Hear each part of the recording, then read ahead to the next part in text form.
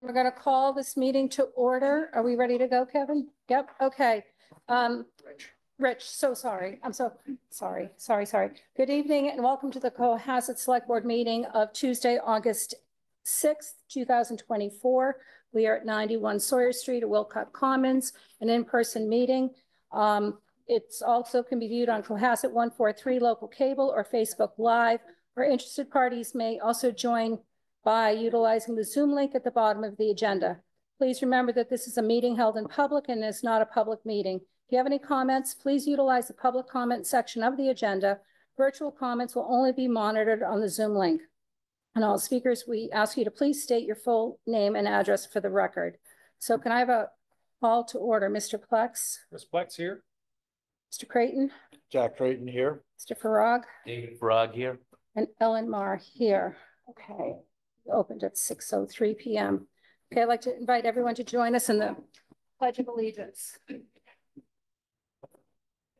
Pledge allegiance to the flag of the United States of America and to the republic for which it stands, one nation, indivisible, with liberty and justice for all. Thank you. Okay, we are on time now. So at this point, I'm going to ask for a motion to move into executive session for exemption number 3, pursuant to purpose 3, to discuss strategy with respect to pending litigation, and the chair is to determine that having such discussion in open session would have a detrimental impact on the town's litigating position with respect to the matters listed. And these matters are Agostino versus Chief of Police, Brewer versus Zoning Board of Appeals, Friends of Bassing Beach versus the Attorney General, John and Lori Greenup versus the Board of Health, and Daniel and Kelly Bliss, Honeywell versus the Zoning Board of Appeals, JAK LLC versus the Planning Board, KD Custom Builders versus the Planning Board, Jerusalem Road LP versus Town Clerk and Planning Board, and the Town of Cohasset versus the Town of Scituate, and the Commonwealth of Massachusetts Division of Marine Fisheries et al., U.S. versus Sabrina Noring, Reese, Elfond, and Town. May I have a motion? So moved. May I have a second? Thank you. All in favor? Roll call, please. Mr. Plex? Chris Plex, aye. Jack Creighton, aye. David Farag, aye. Ellen Mar, aye. Thank you. We will return for public comment when we exit executive session.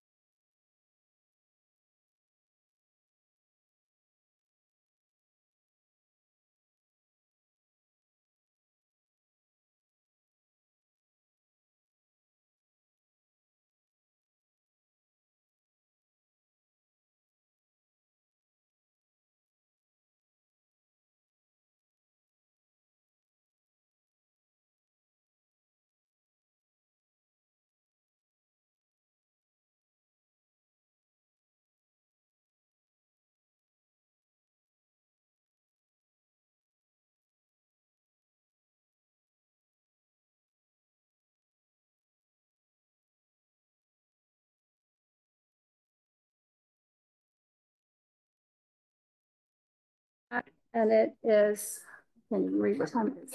7:09 p.m. Thank you all for your patience. At this time, we'll open it up to public comment.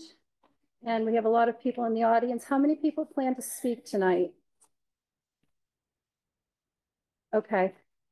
All right, so what we'd like you to do is you can either come up and get the microphone, because we have had audio issues in the past. Name and address, please. And please try to keep your comments to 2 minutes, because we have a full agenda of business we need to get through this evening. And if you are going to, you have the same thing to say that someone else has said, can you just say, I agree with that person, and not, we don't need to hear things multiple times, just for the sake of brevity, not for the sake of lack of interest in what you all have to say. So, okay. So who would like to go first? Okay. And name and address for the record, please. Got it. Right, sit. If you'd like, you can. Okay, thanks. My name is Anne Marie Young, and I live at the Preserve, 2403 Skyview Way. Hi, Emily. Hi. Hi, David. I'm here today to speak, and I'm really trying to contain myself because what has been happening at the Preserve has been terrible, and I am really disappointed in our town manager in his response to what's been happening. It's been horrible. And I'm sorry, I didn't even expect to cry, but I'm telling you, so many people have come to me and they are suffering so bad. It is bad. I'm sorry. This needs to be addressed in a more aggressive fashion. I sent David Farrig a report that Emma Cagle put together, which she did a fantastic job. And it outlines just the people that are willing to come forward, many of them anonymous. And people are scared. Recently, I had a friend of mine, and she's a friend because she's a neighbor, move from one unit to another because it's an affordable housing unit. Okay, so there goes the myth of not moving people from one unit to another. They are doing it. And when there's no oversight, it's going to keep happening. And that's what's going on. Could you address the board? Sorry. I'm just frustrated because over a year ago, I met with this man and it's been crickets, and I'm upset because there were so many people. I have a woman that's in senior housing right now that got sent almost a $9,000 bill. The women in the office were telling her that they were going to destroy her credit and she'd never be able to buy a home again. And she had to move out. She was on taking advantage of RAFT and she ran out of money. She had to go with the next opportunity to ensure housing for herself. So I am frustrated for so many people that have come to me. And I have 2 sisters that live there too, and they're struggling as well. And we need to be more aggressive about this place because it's predatory. It's rings of Enron and the financial crisis. There's something going on. Mark Enfield signed that mortgage for that property. He is the vice president of King Fee, King Fee Owner LLC, and he's also the CAO of True America. So there's a lot going on up there. It's a cash cow. This property is a cash cow, and the property is falling apart. I have pictures on me now that shows that the property is falling apart and there's no oversight, and they're slapping paint on black mold and putting up some fixture to cover up some major repairs that need to be done, and it's got to stop. We need you. We need you. We really do. And that's why I thank you for my time. Those pictures, so we all have copies of those. Absolutely. I hope that you've seen that action's been being stepped up on the Preserve. The only action I've seen, Hope. I called Pam Fahey because my sister had water pouring through her light fixture. Mr. Senior brought it up the last meeting. That was my sister's unit. Okay, she has an 8-year-old daughter. She wasn't gonna call the Board of Health. I did. I went over and I'm like, what the? And so Pam Fahey, she's not being called there enough because people are afraid. They get zapped with legal fees and they get some punitive experience from these people. It's very predatory and we need your help. Okay.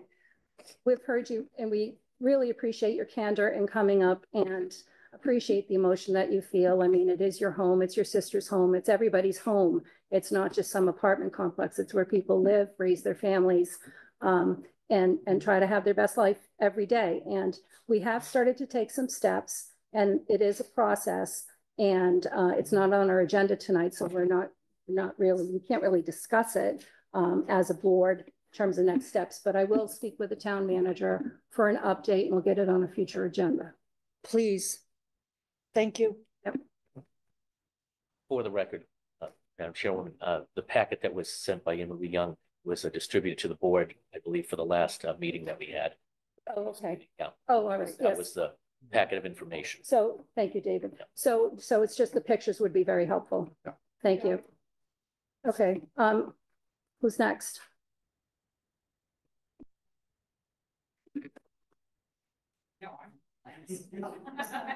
You're going first.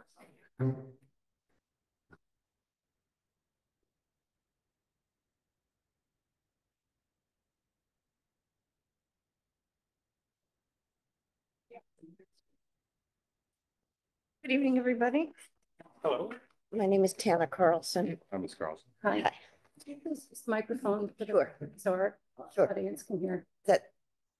Is that good? That's better. Yes, thank you. I'm here as an emissary of no one. Your address, please. I'm sorry for the record. 82 Wheelwright Farm. Thank you. I'm an emissary of no one. I sent all of you an email. I hope you read it. I'm sorry. How do you? It's on. You just have to hold it close to. Oh, sorry. I hear I'm speaking for myself, but I have sympathetic voices around me. That up closer. Sympathetic voices around me. I've been a member of the board of directors of the Council of Elder Affairs since the dinosaurs. I was on the board for about 14 years, 13 years, 8 of them as vice chair, 3 of them as chair, and now I'm doing as a regular. And I was around for when the building was built, when the plans were happening, et cetera, et cetera. It was a hard process. We finally got what I call a wonderful benefactor to support this project, pay for this project with the exception of the last $1 million. So it was pretty much all the background was done. Now, a new director has been appointed with no experience in senior centers. The background, as I see it, has been wonderful. Has been wonderful. However, she's not. We have an assistant director who stepped right in line when our previous director became ill and had to leave.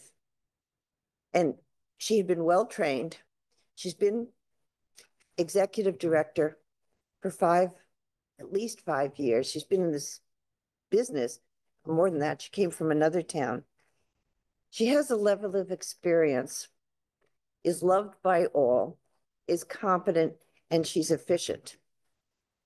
She was not chosen to move up to the position for which she was trained. That no real explanation has been given, except something to the effect of going forward, the horizons would be expanding and she was going to do all this stuff. And maybe she is. I don't know. But she hasn't been with board. She hasn't been elder affairs. I don't know why this was made. A full search was done. Mr. Senior did a worldwide search.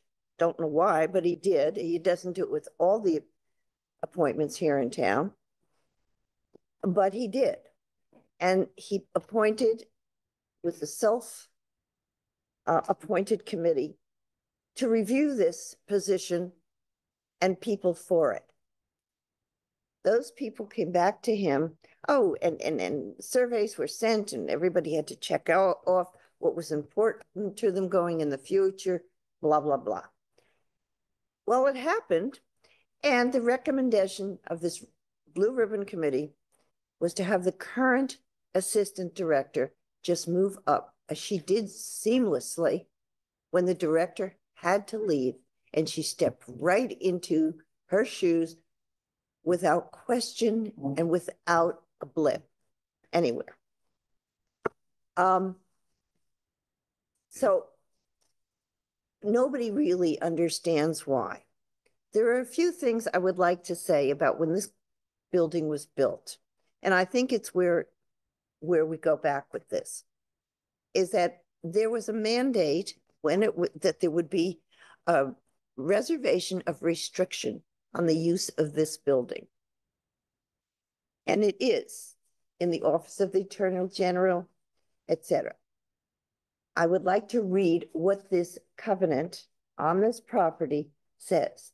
The grantor hereby reserves to the grantor a restriction on the granted premises such that said premises shall be used only as a senior center for public use by seniors, which may include, without limitation, providing health and educational programs for older adults and families, providing access for the Cohasset town nurse, Cohasset veterans agent, outreach assistance for seniors, and providing socialization opportunities, including without limitation meals and other such public and general municipal purposes as support or do not, and this is the caveat, do not material conflict with the senior provision. We have always tried to accommodate what the town has needed this building for. Shots. I've been here on duty with when it's been too cold and people have had to come in to get out of the cold, when it was too hot and people needed air conditioning, etc. That the senior center was not functioning at that point because there was a state of emergency. You're coming up on 6 minutes. I'm sorry. Yes. Okay, I just want to make sure we have time for everyone else. I'm going to close up. Yes. Yeah. There have been a couple of occasions when the use of the building has been questioned. And we as a board, I as a member of the board, have said, no, we can't close down. It's not an emergency. There was one election that it had to be here because it had to be here. There was no place else to have it, yada, da, da, da. And 176 people were turned out of their services, programs, etc. that day, not to mention the burden on the staff here who then had to, and they do it willingly. They do the transitions that they need. I know that the town hall was not happy with that. And so when they came to use it for another election, we said, no, you have to find someplace else. Now, I believe it was you, Mayor, who said that you did not agree that we should shut down a school for elections, particularly. Was it you or was anyway, it was a few weeks ago when it was all discussed openly. And you didn't agree that the school should be, but why would the senior center be closed down? And when they do that, they need to close it down for a couple of days, not just a few hours. One to get it set up and one to take it down. So that's 3 days. So can you wrap it up, please? We are very disappointed that with the long search, raving positive accolations for the person who has been trained for this job and who has been overturned.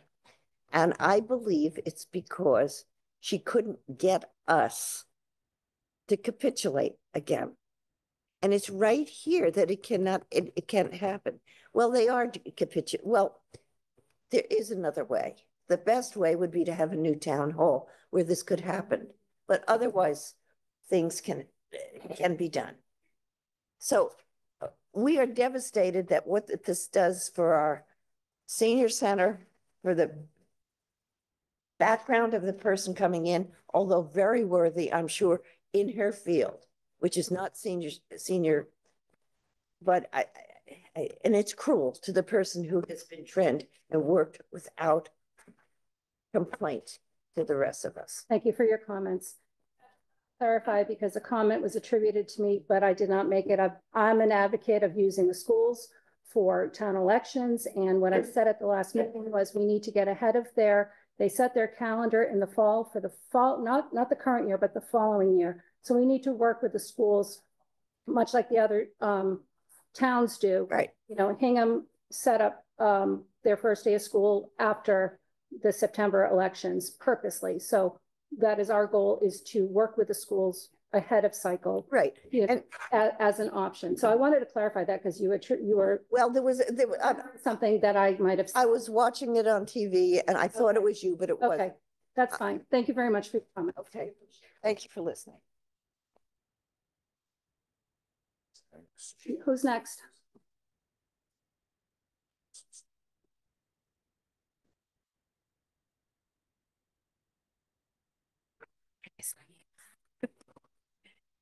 Carol Bestick, 555 Beechwood Street, Cohasset. And I'm a member of, Yeah, you have to hold it right by your mouth. Hold it right up there, Carol. Right at my mouth. Ice cream. And don't point it at your mouth. don't, okay. I'm a member of the Friends of the Cohasset Elders. We run the cafe here in the center on Mondays.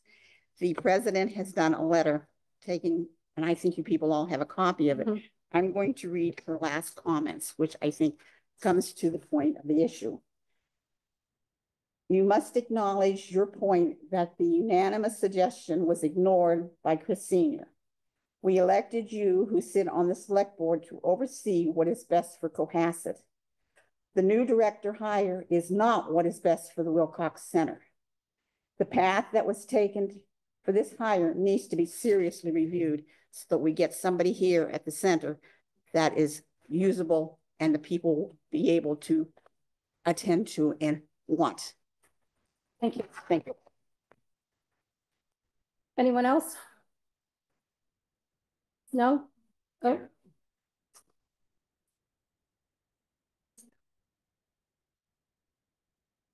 Again, please, if your comments are repetitive, please refrain.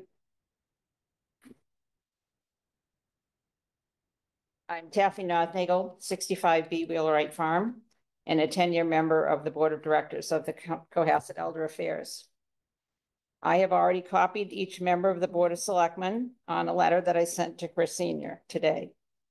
And some other people in the audience have seen the same letter, board members, and I know that they concur with what I expressed in that letter, which was my utter shock and disbelief about the choice that was made for the appointment of the Director of Elder Affairs. I'm not going to go into all of what Tana has already told you, but I feel that the whole process from the job description to the choice was very badly handled. You've heard others speak, and I will tell you that's only the tip of the iceberg of what you're going to hear. This appointment is not yet widely known in the community. In fact, the Board of Directors were not notified until 1:45 today that this choice had been made. I'm going to distribute to you a letter from Paul Kearse and myself. Paul had to be out of town tonight, to the Select Board, calling for a public forum to discuss transparent hiring procedures for all directors and department heads. So this is a letter from Paul Kearse, 38 Old Coach Road, former board chair of the Council of Elder Affairs, and myself. To the Select Board, there appears to be a bias on behalf of the town in applying an equal selection process to all open director and department head positions. We are seeking an open meeting to discuss how a defined process was applied to elder affairs, but has not been applied to other recent appointments. Though we understand the town manager can hire at his discretion, we believe he entered this selection with the preconceived notions. He has publicly stated his disdain for the Board of Directors of Elder Affairs in its opposition to holding public elections at Wilcott Commons. We feel this and similar issues have caused a negative impact on the possible hiring of our Assistant Director, Diane Picot. We plan to ask our board at our meeting next Monday to collectively follow up to seek a level of oversight in the process of hiring department heads and directors on behalf of the town, in which selections that you, the Select Board, appear to have no authority in. And here's a copy of the list.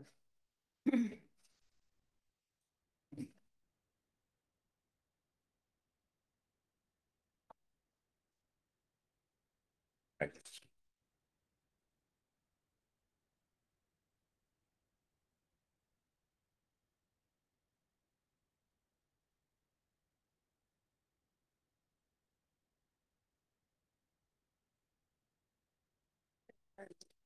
Thank you.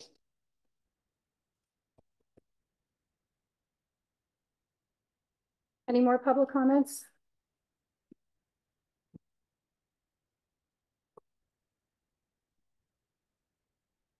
Cable 91 Bayview Drive. And I wasn't actually planning on saying anything tonight, but after hearing what I heard from different people, I felt compelled to just bring up what maybe others are noticing, which is there seems to be a theme of certain populations in Cohasset who would be minorities, more often than not, feeling marginalized and not taken seriously by the members of the town government. And I think that there's a reoccurring theme of them feeling ignored when they come and talk to the town manager and his staff. But then there's also a feeling of where the safe place to speak up and communicate. And public forums are kind of challenging to talk about some of these issues, especially if you feel like you're in a minority population already. And so I just kind of wanted to just kind of say that after listening to what I've listened to, I really just hope that the board thinks about how to make sure all of Cohasset residents really feel like they're considered in all of the decisions that are being made, but also in advocacy for them. And I'm hearing from the Preserve, they want to be advocated for, and they want to be treated like residents of the town, having the equal value as those who own land in the town. I'm also hearing that members of the senior affairs are feeling like we're not being able to participate and our voices aren't being heard about who works with us. And so I just hope maybe one of the biggest priorities is how do we make sure those populations are heard. Thank you.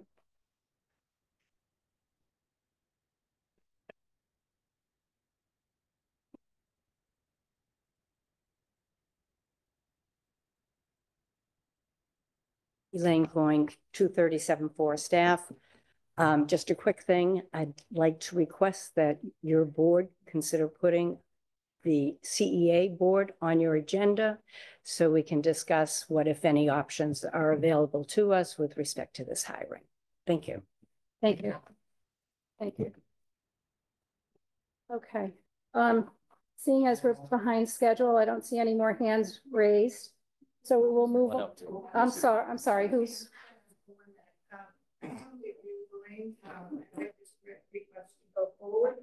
I don't know if the entire town is aware that we work very, very hard for.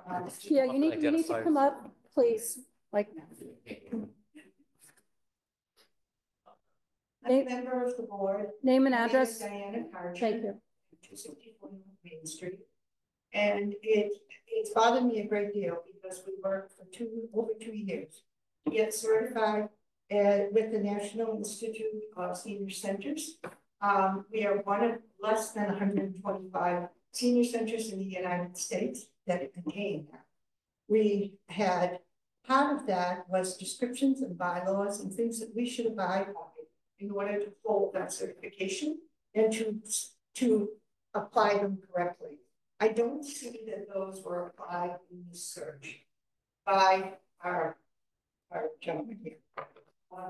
And I have asked that they send me the descriptions and what is required.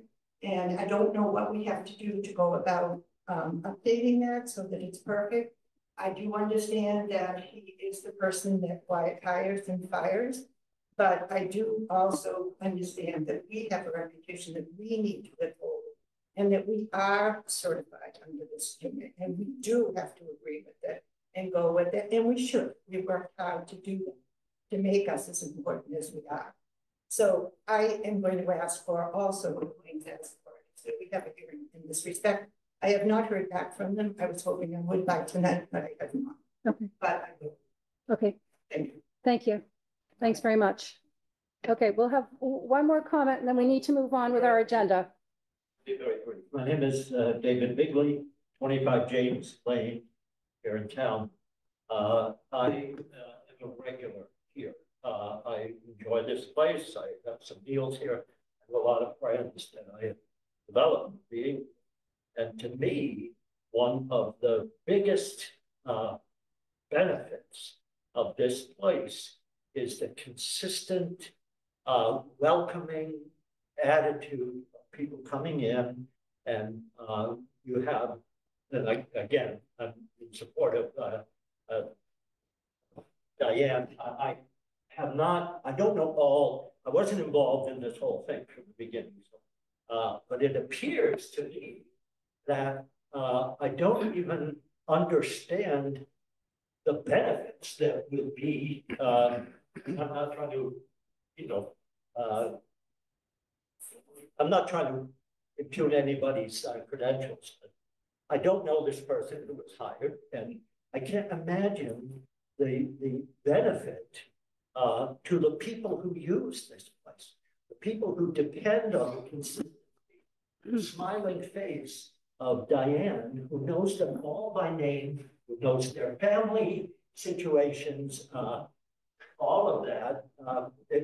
Those are the people that are really going to suffer the most out of this, are the people who use this place on a daily basis for comfort, for companionship, for games, for like 3 hours of cornhole right here today.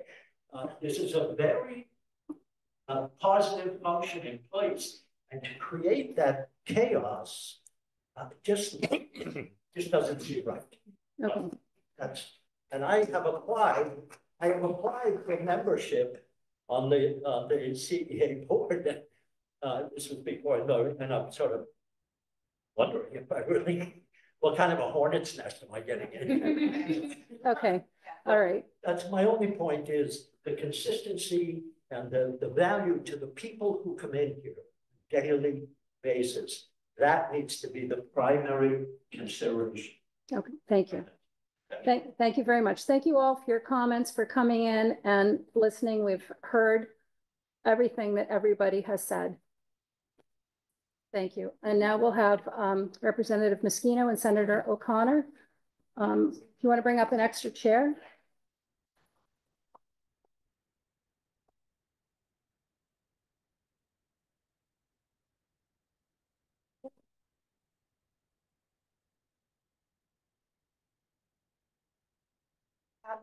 Passes out the PowerPoint. I just wanted to say welcome, David, and congratulations. I think this is the first time we've been here together when you've been a board member, and we're looking forward to working with you as well as the rest of the board.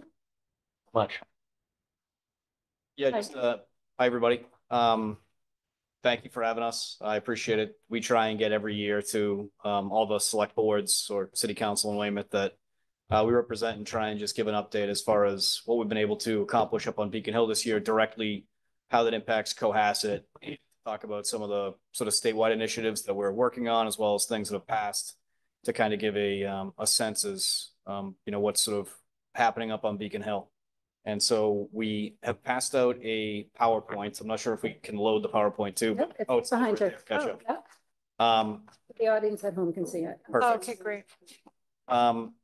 And so we just got done. Where we are at in the legislative session is in every even year, the Senate and the House recess on July 31st.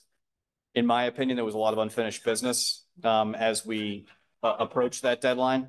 A lot of the major bills that were out there, there's a bill to address long-term care. There's a bill to increase investments through economic development. There was a healthcare bill, a pharmacy-related bill, and all those climate bill. And all of those For the health, for the hospital system. And, Yep. There's a whole host of bills that unfortunately did not cross the finish line this past session. And the governor has called, and I agree on the call for the legislature to come back into session. So some of the work that we highlight on here is, I think, not finished business as far as where we need to go. We need an economic development bill, especially with the volatility of the markets as we've seen in the past couple of days. We need a climate bill to address all of the challenges that we have with global warming as well as sea level rise. We need a long-term care bill because that's an industry that has been long under-regulated, in my opinion, long underserving residents. So we're working on a lot of these things as we continue to go through the next 4 months of session. But with that said, this session has been extremely productive.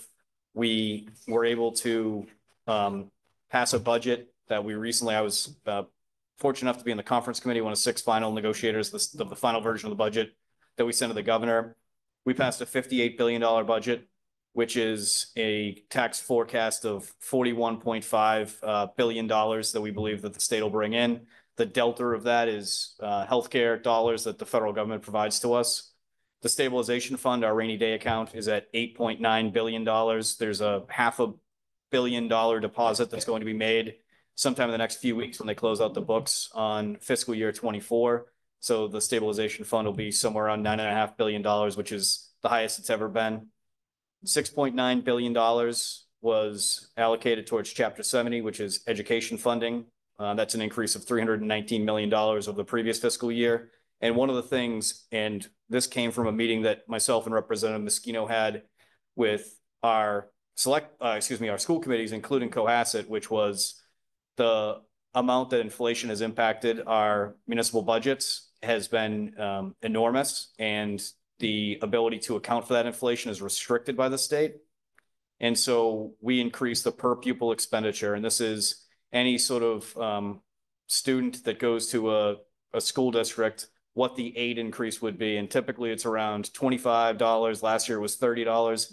This year we made it $104 to account for inflation and the challenges that a lot of communities are having in funding school districts. This is the highest we've ever allocated a per pupil expenditure at.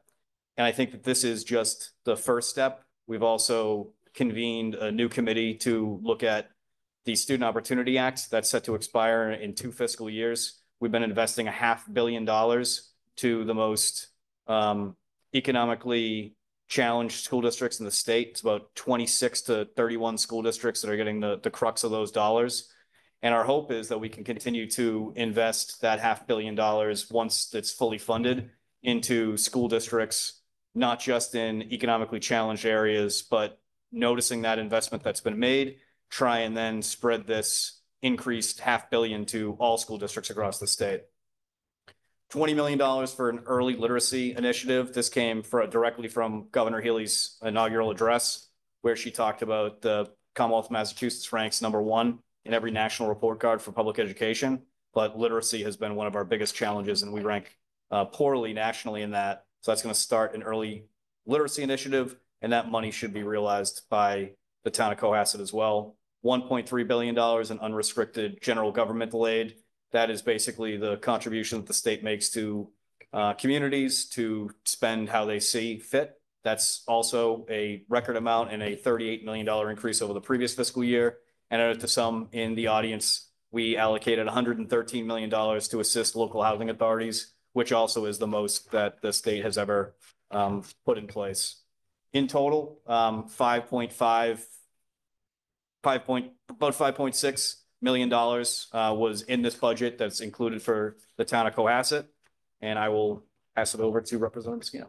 Sure. We just wanted to provide a few slides that showed how the budget increases over time. The next slide shows you some of the direct aid that comes through the biggest line item for you, which is Chapter 70. which is projected to be $3.1 million. And then, of course, the unrestricted general obligations are $633,000. It has increased slightly over time with each budget, and it just shows the commitment that the legislature has to continuing strong municipal aid in support of all of the communities, regardless of need. So if you look at the third slide, it just shows you Chapter 70 and how it's gone up. And then if you, as part of our budget process, the senator and I each have an opportunity to add directed spending ourselves. They call them earmarks. And so we also wanted to share with the public and with yourselves just a little bit about some of the investments that we've actually been able to make. And one of the biggest ones was, I'm sorry, I skipped over the direct local funding. As you all know, one of the other big ones that we rely upon is Chapter 90.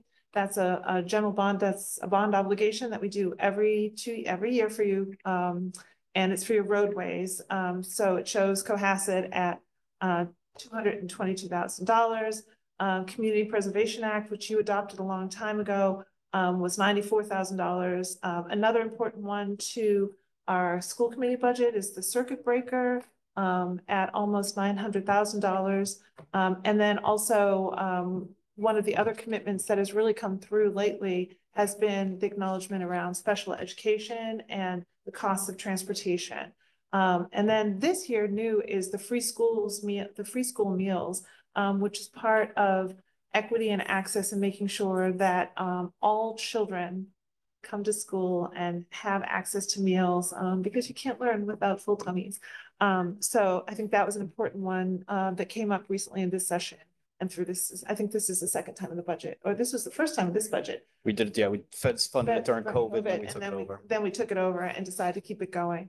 So I'll turn it back to Pat because the number one on our directed spending is actually from him. So about a year and a half ago, Candace Hartford, who's a Cohasset resident, came to my office. We have a district office in Weymouth for anyone that wants to just pop in. And she talked about sort of reimagining how autism resource centers could work in Massachusetts. And she has 2 children with autism. And the way in which she presented this was, in my opinion, could be something that's groundbreaking and a model for the rest of the state to really, in the country to adopt. And we were able to secure $50,000 in a previous year's budget. And she was able to make the investment into an autism resource center in Hanover.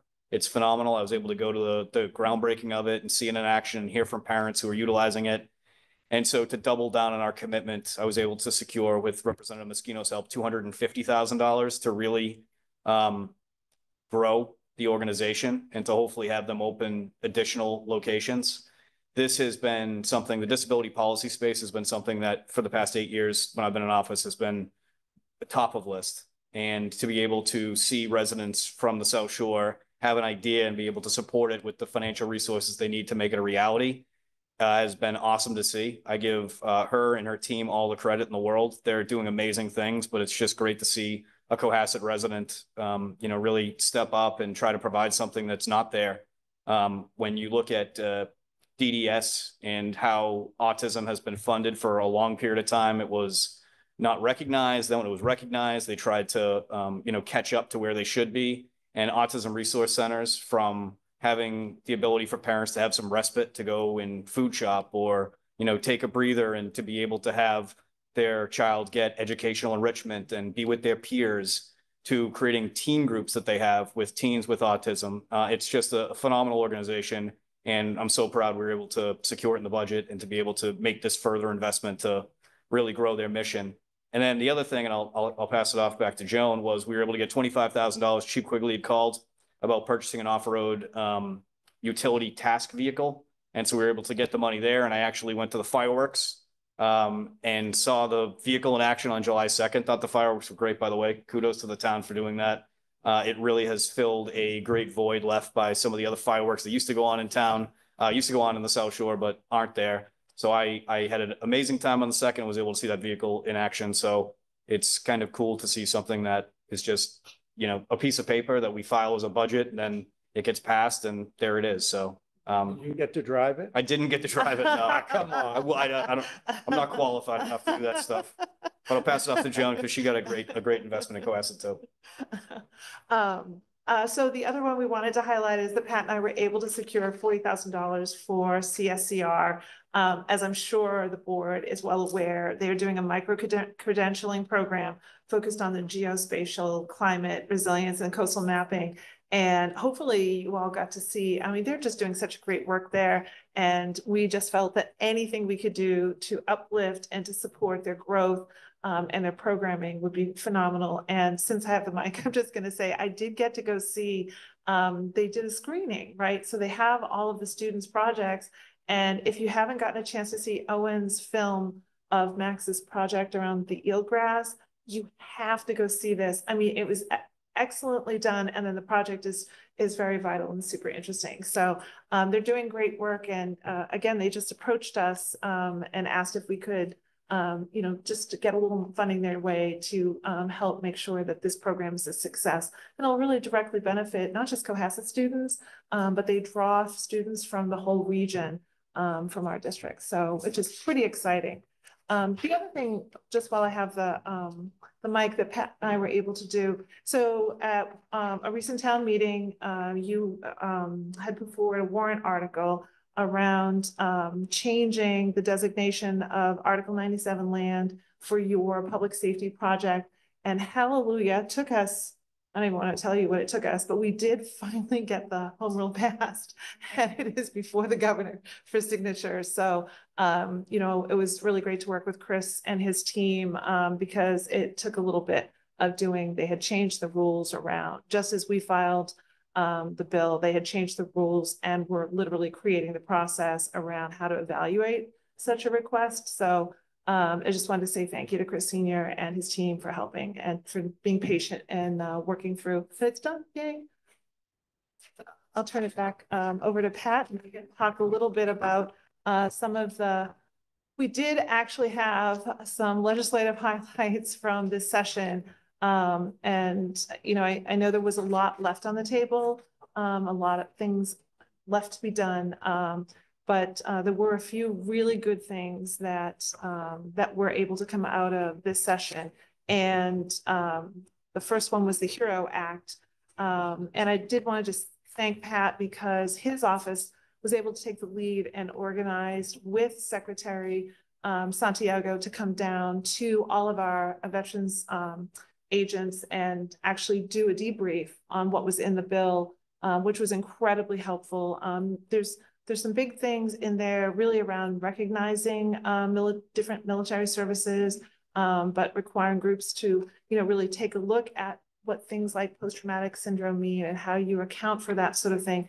But I would say there are a lot of different pieces in there, doubling some of the benefits, but it all are, I would characterize it all around as trying to improve, simplify, streamline, align with federal government, and to improve quality of life for veterans. Did you want to talk a little bit about wage and equity? Sure. I know that there was another slide on the MSBA too. Oh, so I just wanted, sorry. Don't know. I just wanted to touch on that. Myself, Representative Moschino, the chair, invited the MSBA, which is the Mass School Building Authority, to come down to Cohasset and meet with Cohasset administration, the school committee, and tour the buildings. This has been something that we have done in the past and have been successful on. Foster School was the last one that myself and Representative Moschino were able to bring down. And it was it's not an easy process.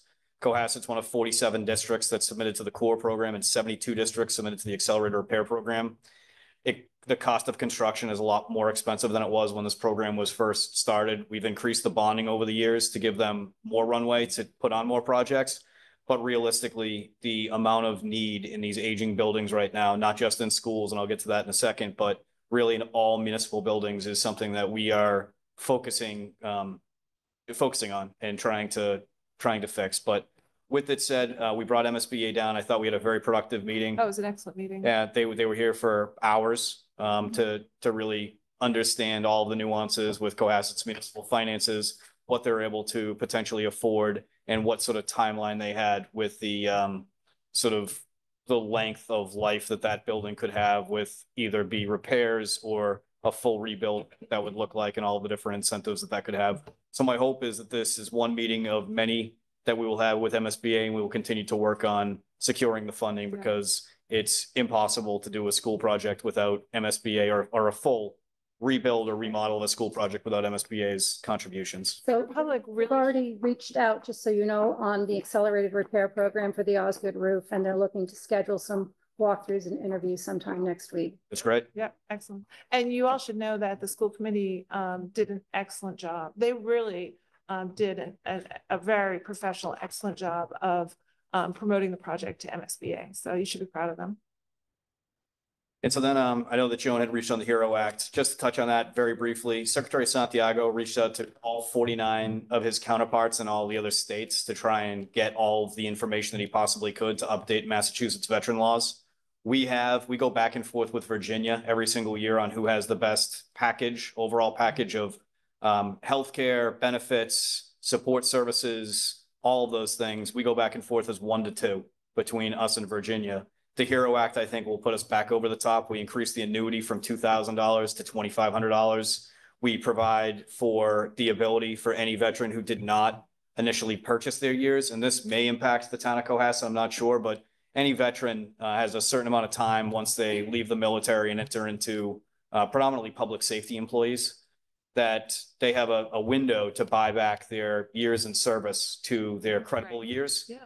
And a lot of veterans that we heard from the district had basically said, I was 22 or 23, I just got married, just bought a home, just had a kid. The last thing they were thinking about was when they were going to retire and if they needed 4 years of credible service or 8 years, however long they served for. And so a lot of them left it on the table.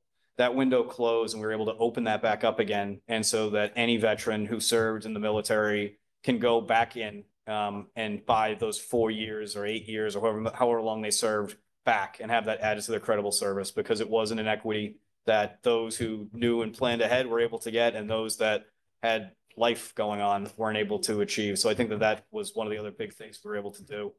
Today, I was actually up at the State House. The governor signed the wage equity and transparency bill. I served on the conference committee for this. I thought that it's a very good second step. Massachusetts already has a pay equity law, which is working incredibly well.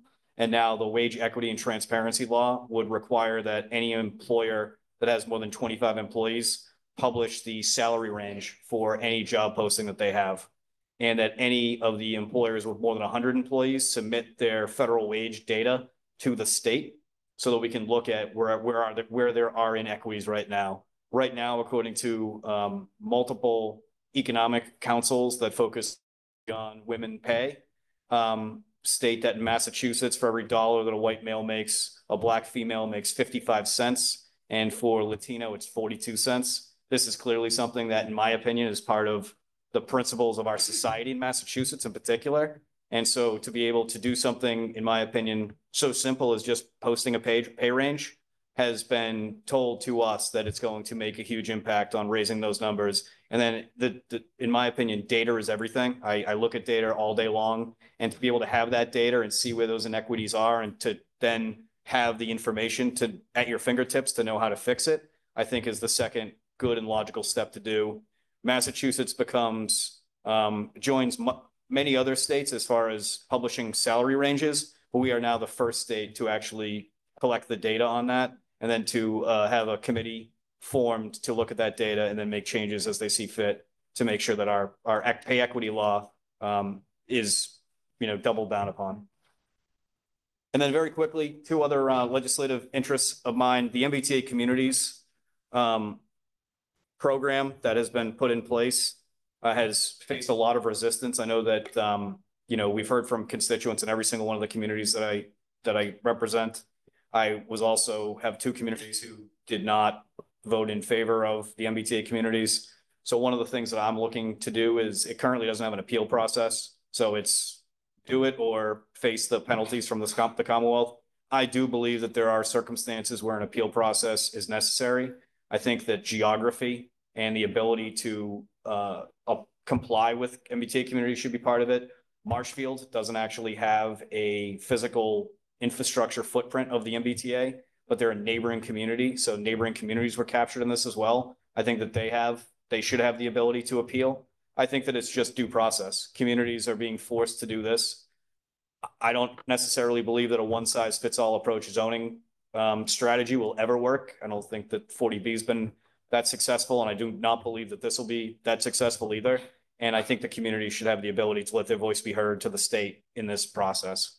And then the last one that we're working with Senator Ed Kennedy out in Lowell on, and I do believe as these costs continue to increase, we are going to make headway with this as a municipal building assistance program and building authority. The same way we do this with schools, we should be doing this with town halls, we should be doing this with police stations and fire stations and all these other things. We were able to also do this with libraries. The libraries have a system in place in which funding is available, but we should be really looking to do this because to put this onus on communities is, in my opinion, just financially irresponsible. And the state, with the resources that we have and the ability to go out and bond and be very competitive in the markets to be able to get those rates as low as we can, I think that the state should be playing a much larger role when it comes to building municipal buildings inside our communities.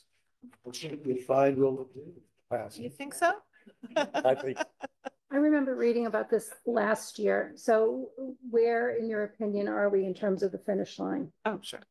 It's finding the funding source right now. So the MSBA is 1 cent on the 1% of the sales tax. Right.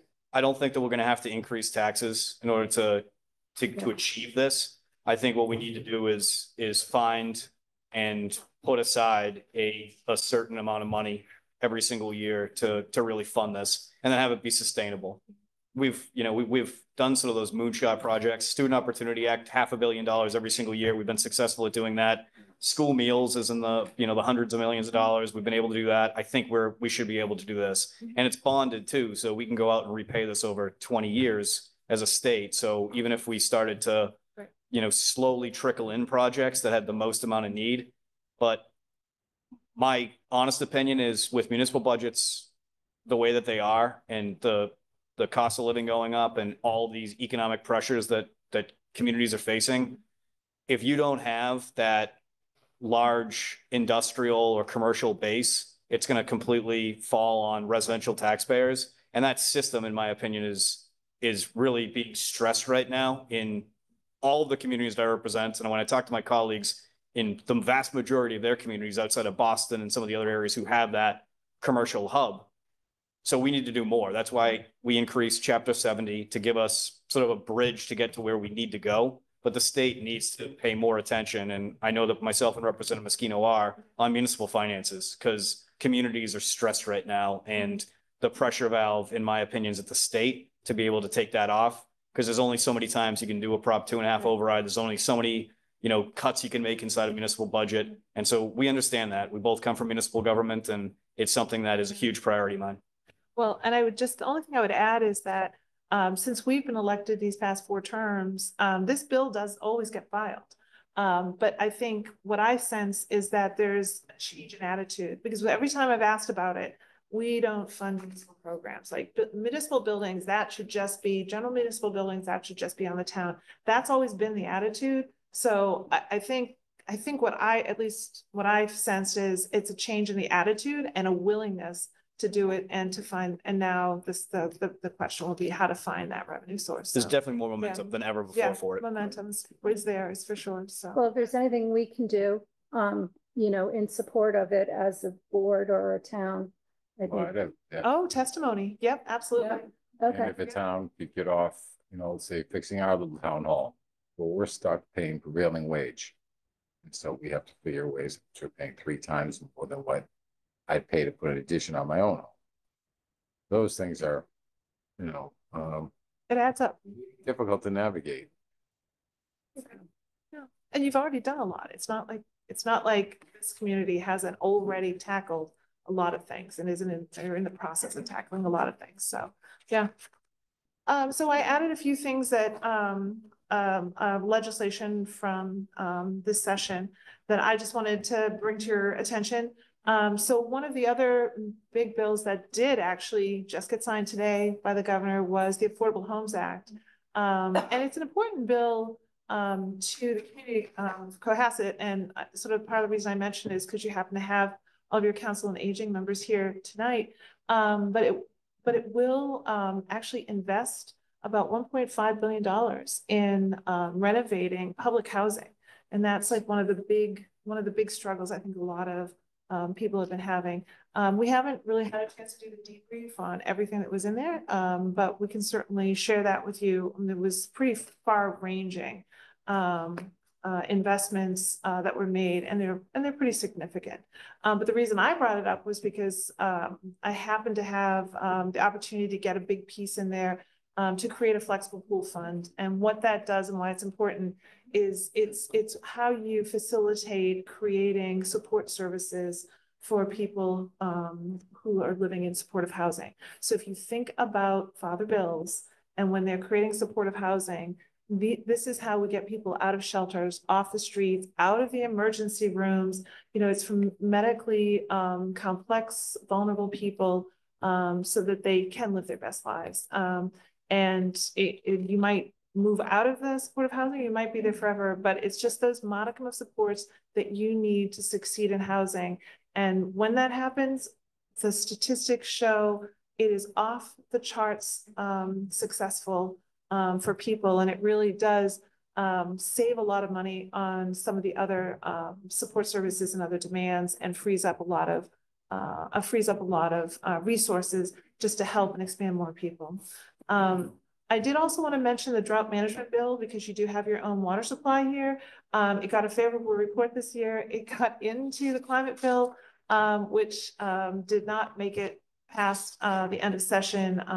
But we are hopeful that that's a siting reform bill. We're hopeful that that the legislature will find a path forward on that one.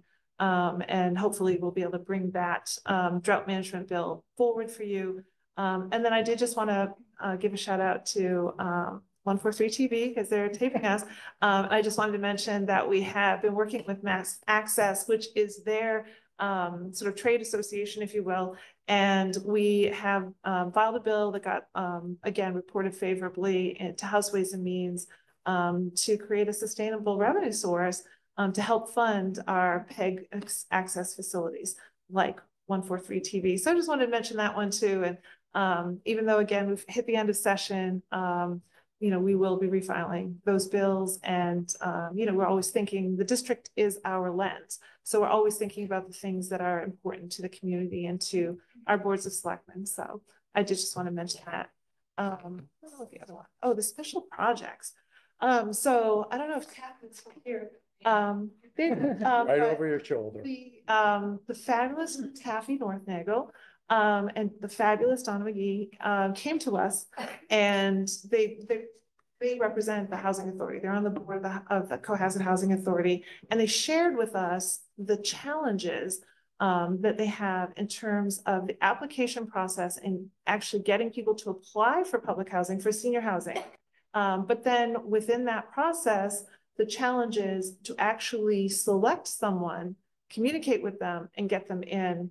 And it hit a real crisis during COVID when there were you know, pretty significant amount of vacancies that they just struggled to fill. So the Senator and I were able to get in the last budget cycle $65,000 to engage the UMass Donahue Institute, which is a premier research institute in the state. And they are, just want to give her a quick update. They are completing the research right now, and they're working on getting some initial findings of fact and recommendations draft to us so we can start taking a look. And what we're hoping is that that will form a basis to start moving forward and to push the state to make useful changes to that system. Because it's really important and critical that people be able to use it.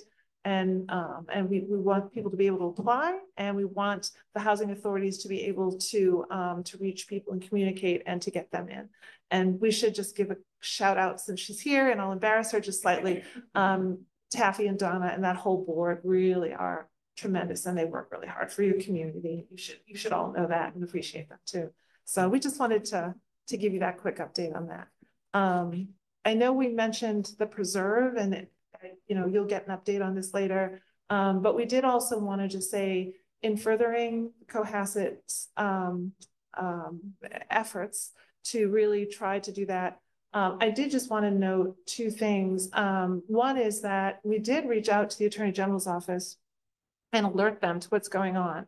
And so if people are out there that are really struggling with this, and we heard some very personal, emotional testimony, it is scary to stand up for yourself, and it is hard to when everything seems like it's falling apart to take a stand. But the Attorney General's office is actively interviewing people, and they would like to hear from more people.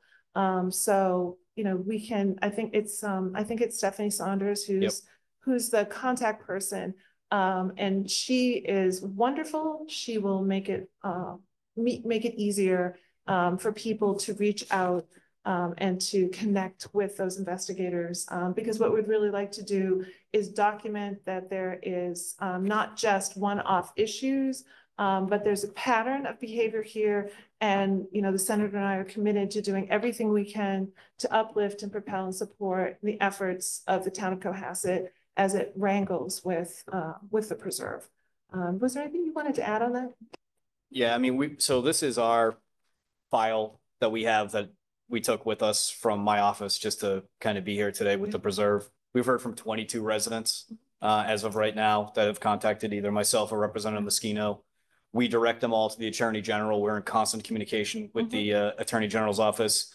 And as Representative Moschino said, they've opened an investigation into this. They have an investigator looking at the issue, and they're looking for resident interviews. They're looking to try and really kind of get a full picture here. They have a lot of the documents that have been sent to us from residents, including the report that we were able to receive in June. They have the initial agreements that were between the town of Cohasset and Avalon when Avalon had owned it, DHCE, with the affordability components. They are taking a hard look at this. Our biggest issue that we have in our offices when we've reached out is we can't get through to True America or Greystar. We keep on getting sort of blocked by their attorneys, which is Schlotnick, Laverty, and Govea. And there's a lot of crickets when it comes to actually trying to talk to the people who would know the most amount of information as far as their practices and as far as what's going on there. And so any way that we can be helpful to you and to trying to get some representatives from those companies to answer questions, we would be helpful to. But just to let you know, we're having incredible difficulty trying to get in touch with them. Yeah. I'd like to comment on that. Some of you know I'm pretty conversant with the investment real estate world. And when you get the ability from a town to put a large project in, you get certain rules and regulations. It's a compromise. And the developers need to follow them. Oh, can you not hear? How do you use the mic? Oh. Yeah, I just want to say I'm somewhat conversant with the investment real estate. And the type of behavior that I'm hearing is deeply disturbing. Because when you're allowed to put in these large complexes, and they frequently serve a overall good, you make certain compromises in arrangements, take care of marginalized populations. When you do a deal, you should be held to it. And I'm very disappointed that they are not doing that, because they should be doing that. The law is the law. The agreements that they agreed to are the agreements. And if they're moving people from one apartment to another to save a little bit of money, when in fact, that's not what the law says. And my belief is that is not what it says. So I commend, both of you on your work on that. And I'm keeping myself from marching up there and saying, I know a thing about your industry guys. Stop the crap. But anyway, thank you. You're well done. And that's it. If there's any questions, we're more than happy to answer them. And then just to I'm sorry. just any constituents, any residents of the town that has any questions about state government, whether it be related to Cohasset, an issue that they have, something that's more statewide or regional, all of our information's up there. All of our staff are up there as well. Please reach out to us. We're here to help in any way we possibly can. And it's just an honor to be able to represent such a great town like Cohasset. And I would just add that we both do have new staff as well. So Harrison's the one that answers the phone. Jane keeps my schedule. They're fantastic, and we have a good working relationship, and usually we tag team a lot of this stuff as well. But we're here for you. We're here to uplift your work, and we're here for our residents and to help them navigate all of the state resources that might be available to them. Yeah, and I'll give a shout out. Elizabeth Vader is in the back there. She's new to our office, grew up in Cohasset. So it's good to have people from the district that know a lot of the issues and know a lot of the people, and people feel comfortable talking with them. So. Yeah. Thank you. Mr. Plex, any comments or questions? Nothing to add. Thank you. Thanks, Chris. Doing good tonight. Thank you so much. Nothing to add. Thank you so much. Great. I'm all set. You're all set. You answered my question because I did see the governor's announcement on the $5.16 billion for the housing bill, and that's going to be bonded. So, and we appreciate all your advocacy on behalf of, the town and supporting our finances. As you know, we don't have a large commercial base. It's in the high 90 percentile in terms of its residential tax revenue. So we're very cognizant of every dollar we spend and what we invest in, and infrastructure is a big part of what we started last year and what we need to continue to push for.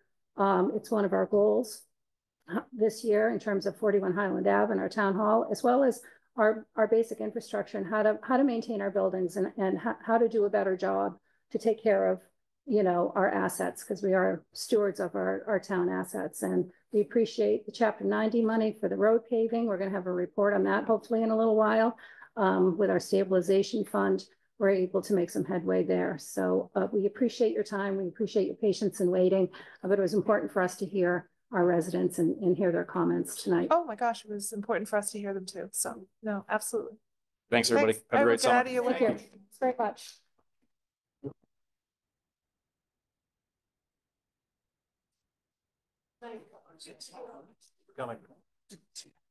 Thank you. Thank you.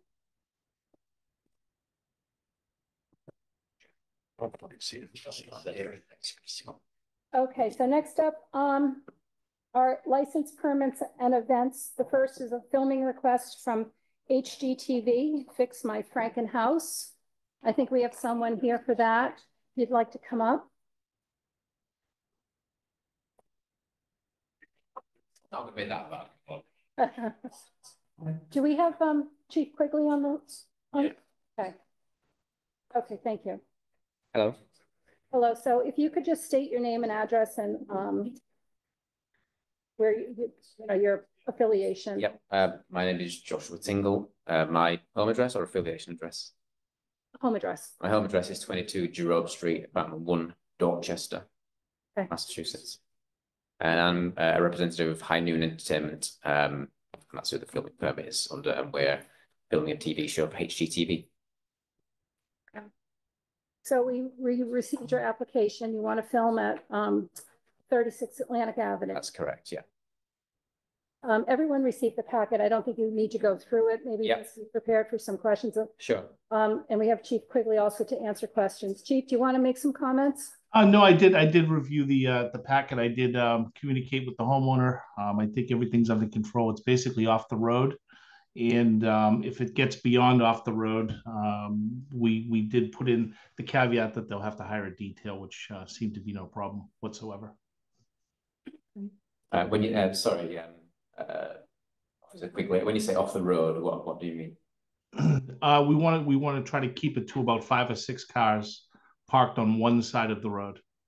Gotcha. Okay, yeah. Because there's the a horseshoe shaped driveway which we'll be using, and there's also a inlay on the opposite side of the street which holds about like 6 vehicles. That's correct. We want to keep Atlantic Ave clear, and we should be all set. There's enough room there, and it's not going to be a big footprint whatsoever. Most of the activity is going to be well off the road. Yeah. Isn't the home actually off Atlantic Ave? It's up one of those long driveways and it has houses. So, because that was my concern when the application said parking on the opposite side or on-street parking. I'm like, Atlantic Ave, that's very challenging to have on-street parking. But this home, I looked at the satellite images, is actually not directly. It's up in Newtonville, yeah. Up in Newtonville, right behind Marginport, yeah. Correct. Yeah, and there's like the neighbours got like an inlet opposite, and they are willing to let us get park like 6 vehicles opposite the house as well. Okay. Does anyone have any questions? You said you have spoken with the neighbors and the neighbors have no. Yes, well, the McNally's, the homeowners, spoke to the neighbours, yeah. Okay. Yeah. Go ahead. Once it's filmed, how long before public consumption? Yeah, there you go, the $1 million question. We're looking at like a spring air date. Don't know exactly air dates yet. We're looking at like, March through May. It's like the range we're targeting. Great, thank you. Any other questions? No? Okay, so may I have a motion, please, to accept the filming request for HGTV, Fix My Franken House at 36 Atlantic Avenue? I would make a motion to approve it. Second. Thank you. All in favor? Aye. Aye. Aye. Great, thank you. Thank you. I did make an addition. I just want to check this on there for like any B-roll. So kind of scenic shots of the town and drone of like the Overhead. fine, yeah. Yeah, I believe I read that. As long as you clear it with Chief Quigley and there's no other aircraft in the area or anything else going on, I don't imagine it to be a major issue. Sure, if you contact my office, or you can deal with Rich, who's right in the room with you there running the meeting. He can help you out. He's actually a drone operator, so. Oh, awesome. So he'll know the good spots then to check out. So yeah, we can always kind of, send an email out the day before we plan to do the town bureau stuff, just so there might be some folks out there. But it would be over the course of the next few months, very minimal, like half a day, if that. No problem. Great. So you're all set? Thank you very much. Thanks for much time. Thank you. Thank you. You can leave it there for our next speaker. Just. Yep, thank you. So next up is the Cohasset Historical Society End of Summer Celebration for September 6, 2024. Hi, come on out. Please. I'm Susan Putziger. Okay, please use the microphone. Thank you. Yes, Susan Putziger, 29 Beach Street. Okay. We renamed it. It was since filing the permit to Sea Shanty Shindig. Oh, right. We have David Coffin has committed to perform, and as I have been saying to everybody, either you know him and you swoon, or you've never heard of him. But he is the lead singer for the Rebels, and he was in Blow the Man Down, a movie filmed in a town much like Cohasset. We're hoping that we could block off the street. I've talked to Chief Quigley about this at the beginning of where Elm Street meets Main Street and then Brook Street. Mm-hmm.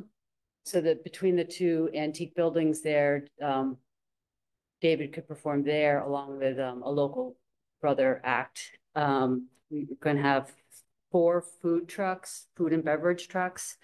I've been trying to get a beer person to be here. So far, most of the local breweries don't have staff to do it. So we're applying for a liquor license. We're not sure if we end up using it. I think that's it. Okay. It's 5 to 7:30. Okay. Thank you. Chief, do you have any comments or concerns? Sure. Glenn Pratt is involved in this as well. He's been to the office. We've been over the plan. I've checked with the fire chief and through our events group. It looks like we're all set. We're just going to block off that small section of Elm Street between Main Street and Brook, and it'll only be for a few hours. But the fire department will make accommodations, and it'll be blocked, and there'll be detail officers on site. Does anyone on the board have any questions? No, I make I had one other question. I was just going to say, for the purposes for people watching at home, for the event, is it a free event? Is it a paid event? What type of event is it? It's a free entry. We are going to be we've asked for a 10% contribution from the food trucks for whatever cake they have. And of course, we'll have donation boxes everywhere, but it's free to come and listen to Mr. Coffin. So I believe we need 3 votes, correct? That we need an event permit, a 1-day entertainment permit, and a 1-day liquor license permit. So we need to have 3 motions and 3 votes. So I'll entertain a motion for the Cohasset Historical Society event on September 6th for an event permit. So moved. Second. All in favor? Aye. Okay, I'll entertain a motion for a 1-day entertainment license for the Cohasset Historical Society end of summer celebration on September 6th. So moved. Second. All in favor? Aye. And finally, I'll entertain a motion for a 1-day liquor license for the Cohasset Historical Society end of summer celebration for September 6th, 2024. So moved. Second. All in favor? Aye. Aye. Thank you. Thank you. Sounds like fun. Please come. Okay, next up, I see Mr. Pratt there, waiting for the perpetual care fund request. Glenn Pratt, King Street. I think since we're running behind, we can skip the PowerPoint presentation because I think it came in your packet. But I have been, I was one of the folks who signed a letter to your board back in 1977 saying it looks like we're going to run out of cemetery space. And I've been involved in that issue ever since. So over the last 3 years, we have started to really step up our efforts to upgrade and improve the maintenance and bring our cemetery operations into the 21st century. You may remember a year ago town meeting, we got appropriation for database management. That software has been installed. It's working terrific. We were able, through another town meeting article, to hire a consultant who upgraded our bylaws, which we passed at town meeting last year, do new procedures, and it's working fabulously. 3 years ago, your board released $61,000 from our perpetual care accounts, which right now are very close to $1 million. And at the last time meeting, we also got $50,000 for DPW to put additional time and manpower into the annual upkeep in the cemeteries, and it's paying off. What we'd like to do now is ask you to release $91,000 from the perpetual care accounts that we will spend on the 4 cemeteries over the next probably 2 years, because it takes a while to line up the different trades and coordinate the work that has to be done. The cemeteries are Beechwood, Woodside, which is the one across the railroad tracks from the golf club. There is a small cemetery in the middle of the Cohasset Golf Club called Cedar Street Cemetery, which the Cohasset Golf Club has been mowing the lawn there for us for 25 years. And we want to fix that one up. It's really like a haunted house right now. And then we have a tucked away little gem over in West Corner at the far end of Jerusalem Road called Greengate Cemetery, which is heavily endowed by the Charlotte Bell Lincoln Fund. So if you would release that money, we would get to work. The perpetual care funds in combined fiscal 23 and 24 earned $112,000. Not that you can always have that track record every 2 years, but we did. And so we think that the 91 we're requesting is well within reasonable financial requests. So I'll take questions, or maybe Brian wants to add to that.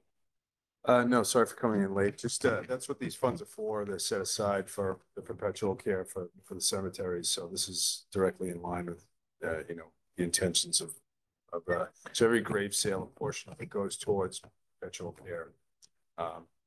And again, this is what it's for. That I meant to mention, but that's right. So roughly a grave sells for $1,800. 25% is going to perpetual care. We sell about 50 graves a year. That's not how many people we bury. That's how many new graves we sell.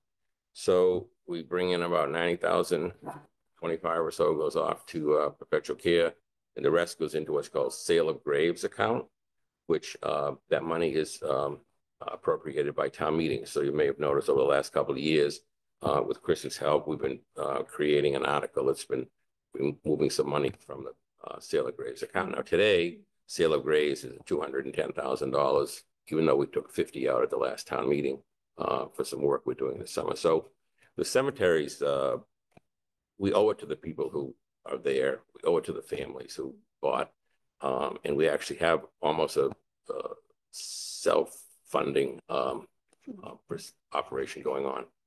Yeah. Could you for everybody to understand, how many spots do we have? What's our capacity? And you've already said we're pretty much self-sufficient. So do we have a capacity to extend it? How many graves do we have in total? We have just a little over 4,000.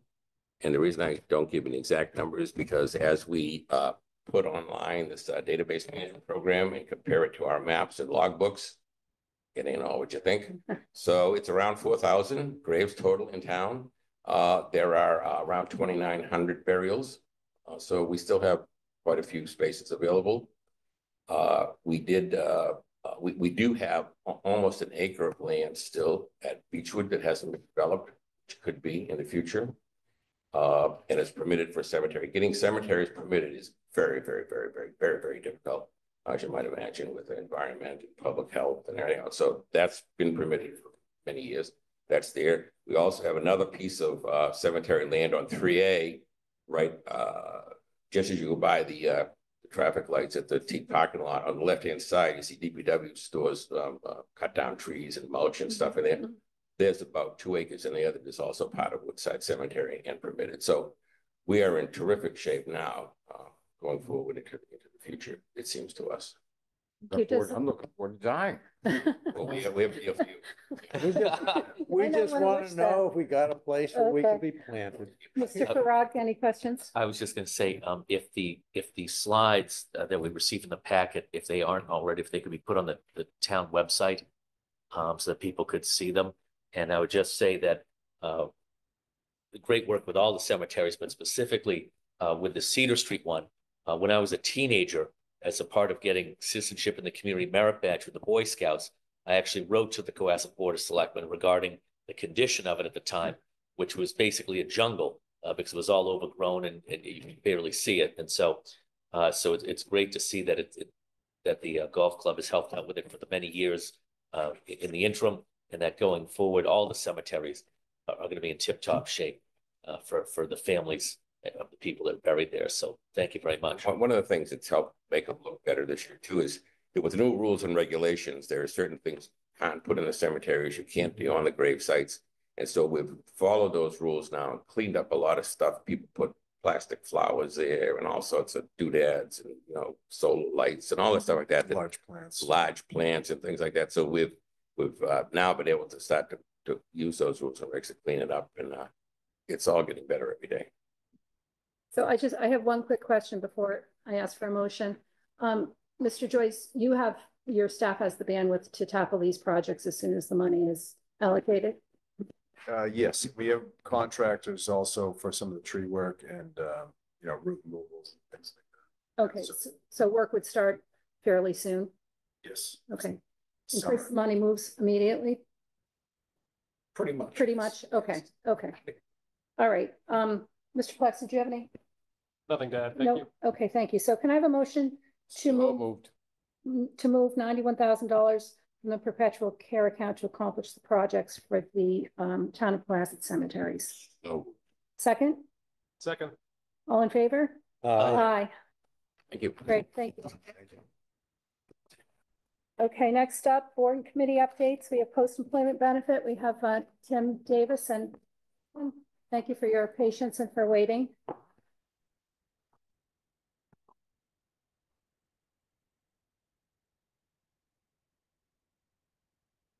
you very much. All over again. Thank you, Tim Davis, 257 Atlantic Avenue. Thank you all for hearing this annual report, and particularly thank you for support of post-employment benefits policies and our OPEB trust policies.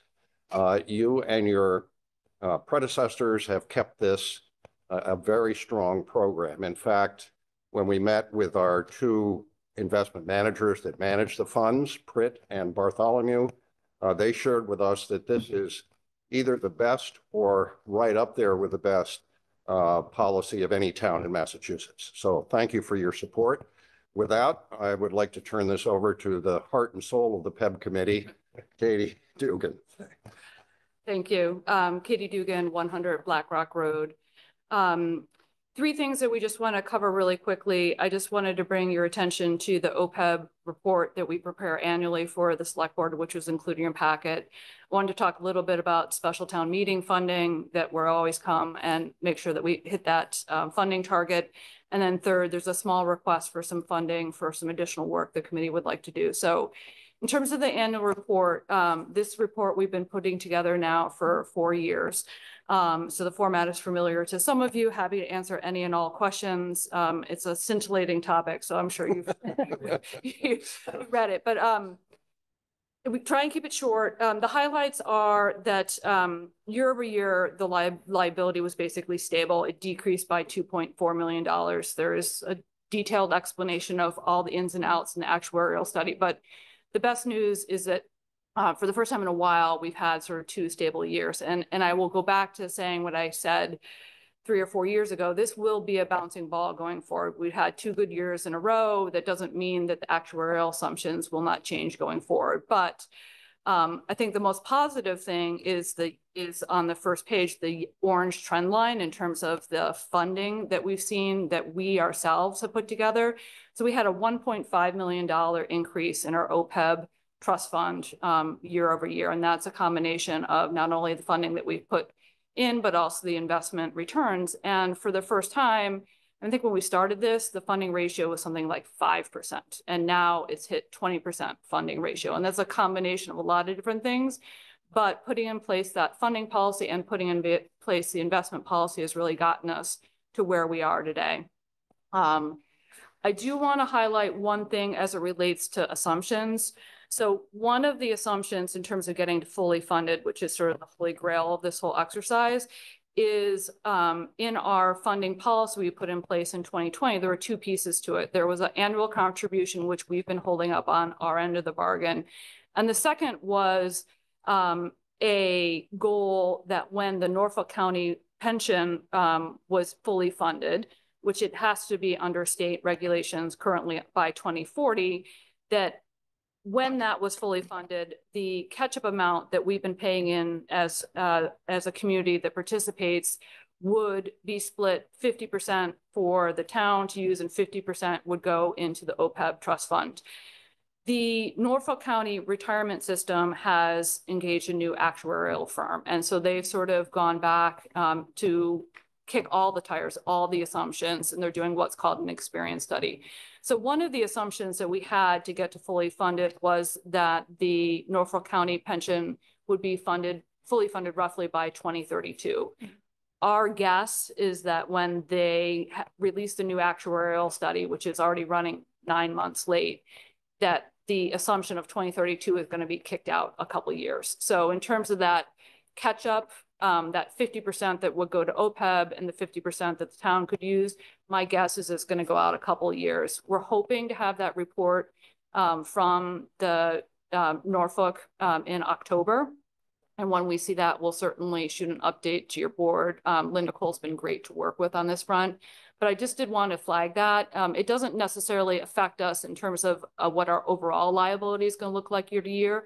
But in terms of the end goal and certainly some of the financial goals that we have as a community, I know we all sort of look at that $2.5 million catch-up funds. We could use that a lot of different places. It may be pushed out. So, but again, that's speculation at this point. We'll know for sure when they release. But when they do a deep dive like that, generally they come up with some changes. Providing us with their underlying investment assumptions. Norfolk County. Yeah, there's a whole actuarial report that will come out. It's just that it's delayed. Normally we would have had it at the same time we have our actuarial study on our healthcare benefits, but it's running behind. So by the way, you guys have done a great job. Unbelievably good job. Thank you. So that's sort of the update there in terms of the facts. I'll pause and see if anybody has any questions on that 2-pager. Okay. It's good news. Yeah, it is good news. And we hope to keep on bringing good news. The one thing, the reason that it's good news, and I'm not sure, even though I stand up at every town meeting and special town meeting and say this, I'm not sure the community fully understands that because of this program, our borrowing costs due to our credit rating are as low as they could possibly be. So it really does help the whole community to do it. Even though these funds, some people would look at them and say, these funds are going into a, big account in the sky and never going to be used. To some extent that's true, but it really does impact our borrowing and our ability to fund our budget. Chris, you could put it in a town manager update, and language that everyone could understand, why this is so important. He sends those out every week. Yeah. Kudos to the group that are doing it. Yeah. So the second thing we just wanted to cover was special town meeting and what has now become an annual request on behalf of our committee and on behalf of the community. So when we put in place the funding policy in 2020, we put in place a funding target that we were going to fiscally keep. This year, fiscal 2025, the funding target is $580,000. I believe at annual town meeting, we approved $229,637. I'm only 2 cents. Which leaves us a balance to be covered at special town meeting of $350,363. Now, we can debate whether there's 63 or 60, but whatever the number is, we do need that additional funding to hit the overall target for fiscal 2025 of 580,000. So if there's something that we need to do as a committee or whether we can make that request now, I think generally it's part of just our fiscal process, right, Chris? So that's. And I think just one more comment about this this policy we have in place as a community. The very fact that we have it and that we as a community are continuing to fund it according to our plan is what the rating agencies are looking at. It's not the fact that we only have $6.5 million against a 20-some-odd million liability, but we are sticking to that plan and we have the support of the select board and the community to do it. It's no different than your credit rating we all personally have. I mean, your FICO score with your bank statement now, and it says, oh, you're good or bad. And since we have put in place a policy and been funding it, the result has been positive, both from a rating agency perspective, but also actuarially, we get a lot of credit for having a funding policy in place that we're following. That's part of the reason the liability has been as stable as it has the last 2 years, is because we have a funding policy in place. We get credit beyond the sort of, 2 or 3 years of fully funded or whatever it is. Also why, when you go to special town meeting, you get support. Yeah. Well done. The last request, we are coming up on, it'll be 5 years this end of this fiscal year of having this policy in place. In anticipation of some movement that Norfolk County is going to kick out, and by pushing out that catch up from past 2032, we would like at some point to redo one actuarial study. So when we put in place this policy, we worked with our actuaries, KMS at the time, and we ran a whole bunch of pro formas to come up with what our recommendation was. We now have a policy. We would like to rerun that one scenario once we know what Norfolk County is looking like in terms of when that fully funded target is going to be. So we can say, okay, if Norfolk County is fully funded, let's say in 2035, that's when the 50% catch up will come back to the town. 50% of it will go to OPEB, 50% will go to the town. We'll have continued to hit our annual funding targets. What will our fully funded picture look like? And we'll just have an update on really what the full picture looks like. We haven't done it in 5 years. Enough assumptions have changed. We've had a good track record on our end, but I think we also need to factor in sort of where Norfolk County falls out once they finish the actuarial studies. The cost of that work, Linda Cole went back to KMS. It's about $700 is what we're looking for in terms of funding. I don't, know if we need to go to special town meeting for that, or whether we can hopefully find, $700 in town manager budget. I think said it twice. I still want to make sure I heard it correctly. 700 700, Yeah. that's it. Point Yes, zero zero. 7, 2 zeros. It's confined. Okay, at the time when we did it originally, I think it was more like $3,500, so it was a little bit more significant a discussion, but 700, I was hoping we'd be covered. Okay. Right. All right, thank you. And again, that's something we do after we sort of know what the Norfolk County actuaries are throwing at us, but I think it would be a good update for all of us next year to be able to say 5 years in, this is what the new fully funded target looks like. The only thing I ask is that you just remind, like, when this comes back from Norfolk County, because I'm sure you're watching their report. Yep. Just grab Tracy and put it on my calendar so we can get it all together. Yeah, no, that's great. We'll track you down. Yep. Around the holidays. It'll be good. Or Thanksgiving, what you choose. I think that's it from us in terms of like what we're doing. I believe we have one new member joining our committee. Chris Odlinson. Yeah, oh, right.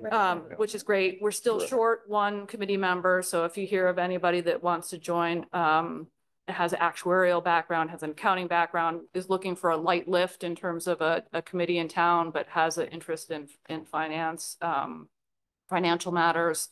We're still looking for one person to join us. And again, light lift in terms of you're not signing them up for every other Tuesday. Every Tuesday night like you guys do. So all right. Awesome. All right. Any questions, David? No. Thank you so much. Thank you all. All right. Thank you. Thanks, guys. Okay. Do we have Michelle online? Yes.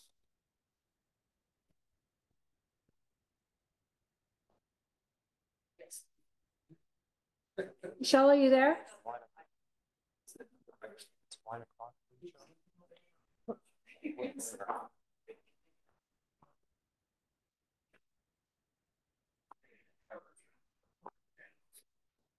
Okay.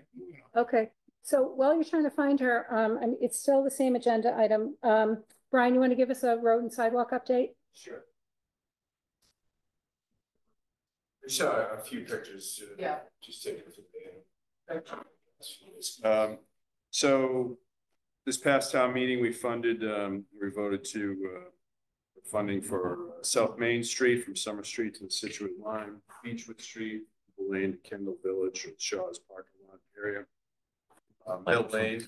Yeah, Brian, can you use the microphone, please, Yeah, up sure. here? Sorry. Thank you.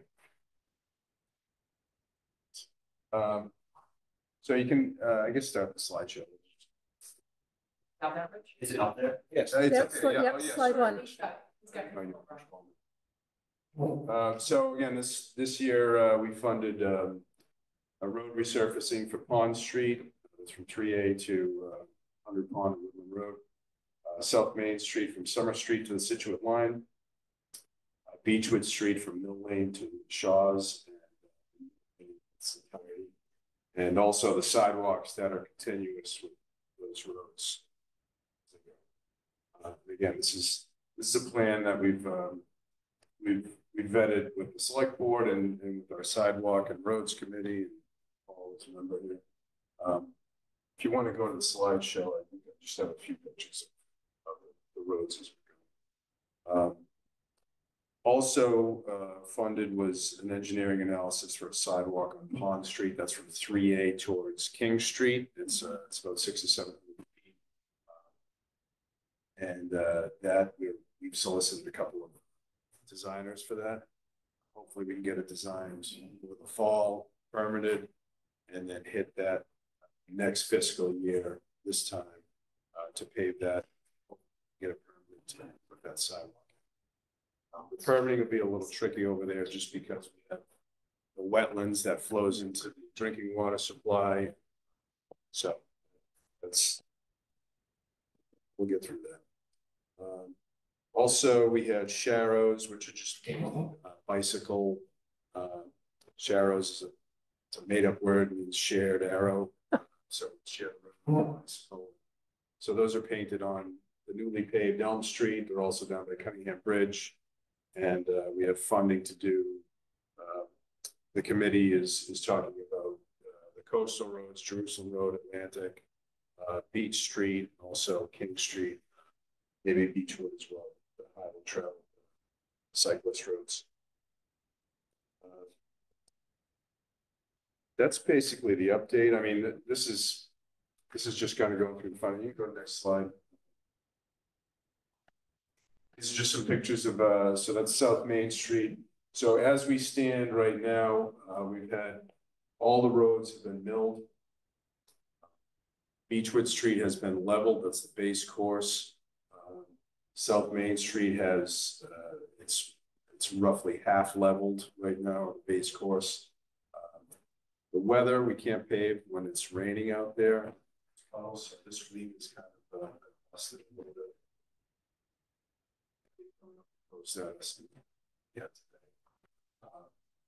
So we're looking at finishing Pond Street primarily before school starts. The goal is to get them all done before school starts, but Pond Street primarily because the school is there. And then so basically the sequence is you mill it, you come in and do a level course, the covers crews come in, they chip out all the covers, get them up to grade so they match the top course, and then the top course comes in. Simultaneous with that, we'll be ripping up the sidewalks, which is very labor intensive. That's why they're so expensive. You know, regrading that and then paving the sidewalks when we do the top course. So with that, I mean, that's basically what we have. We're continuing to meet. We just met this week with the sidewalk committee, and we're starting to gear up to go over.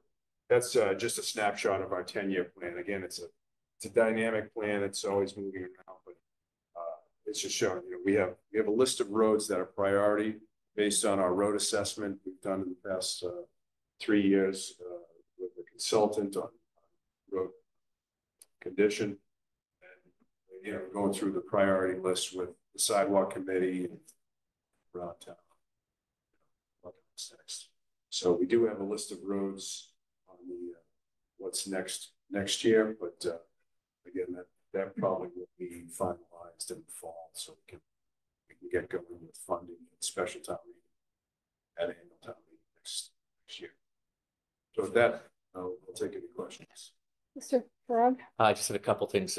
Great work by the committee, the road and sidewalk committee, and all the work they've done and all the meetings that they've had to come up with a plan and go through it. I'm glad to see, you know, some of the big roads getting on there with South Main Street, but also with some of the, I know it's debated, like Mill Lane, one of the short streets. I think that's important that every year there should be at least a couple smaller streets in there, because if you're thinking over a 10-year period, if you get 2 or 3, and if the budget can happen, you're talking about, you know, 30 side streets over a 10-year period, you know, as they get done. The only thing I would ask, though, Brian, is for the people at home, if you have it off the top of your head, if you could remind people, how much does it cost per mile to pave a road and a sidewalk?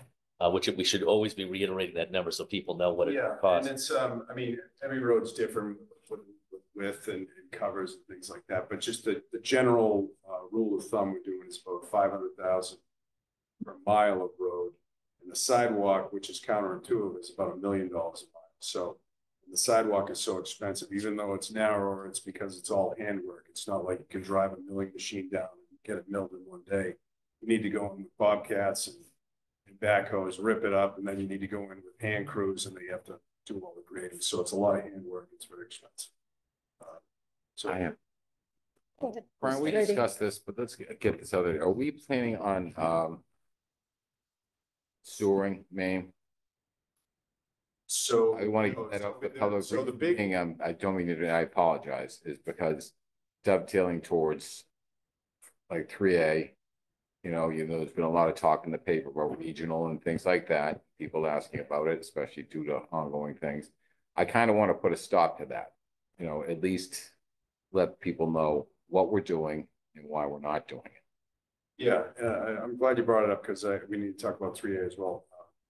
But on South Main Street, you know, the road is in such, or was in such disrepair until now, because we have been waiting on that. It's been on our paving list for the past 5 years. And in that 5 years, this select board and 2 prior select boards and the sewer commission have been discussing with Situate and Hull about the concept of regionalization. And it never took off or got traction or any kind of consensus.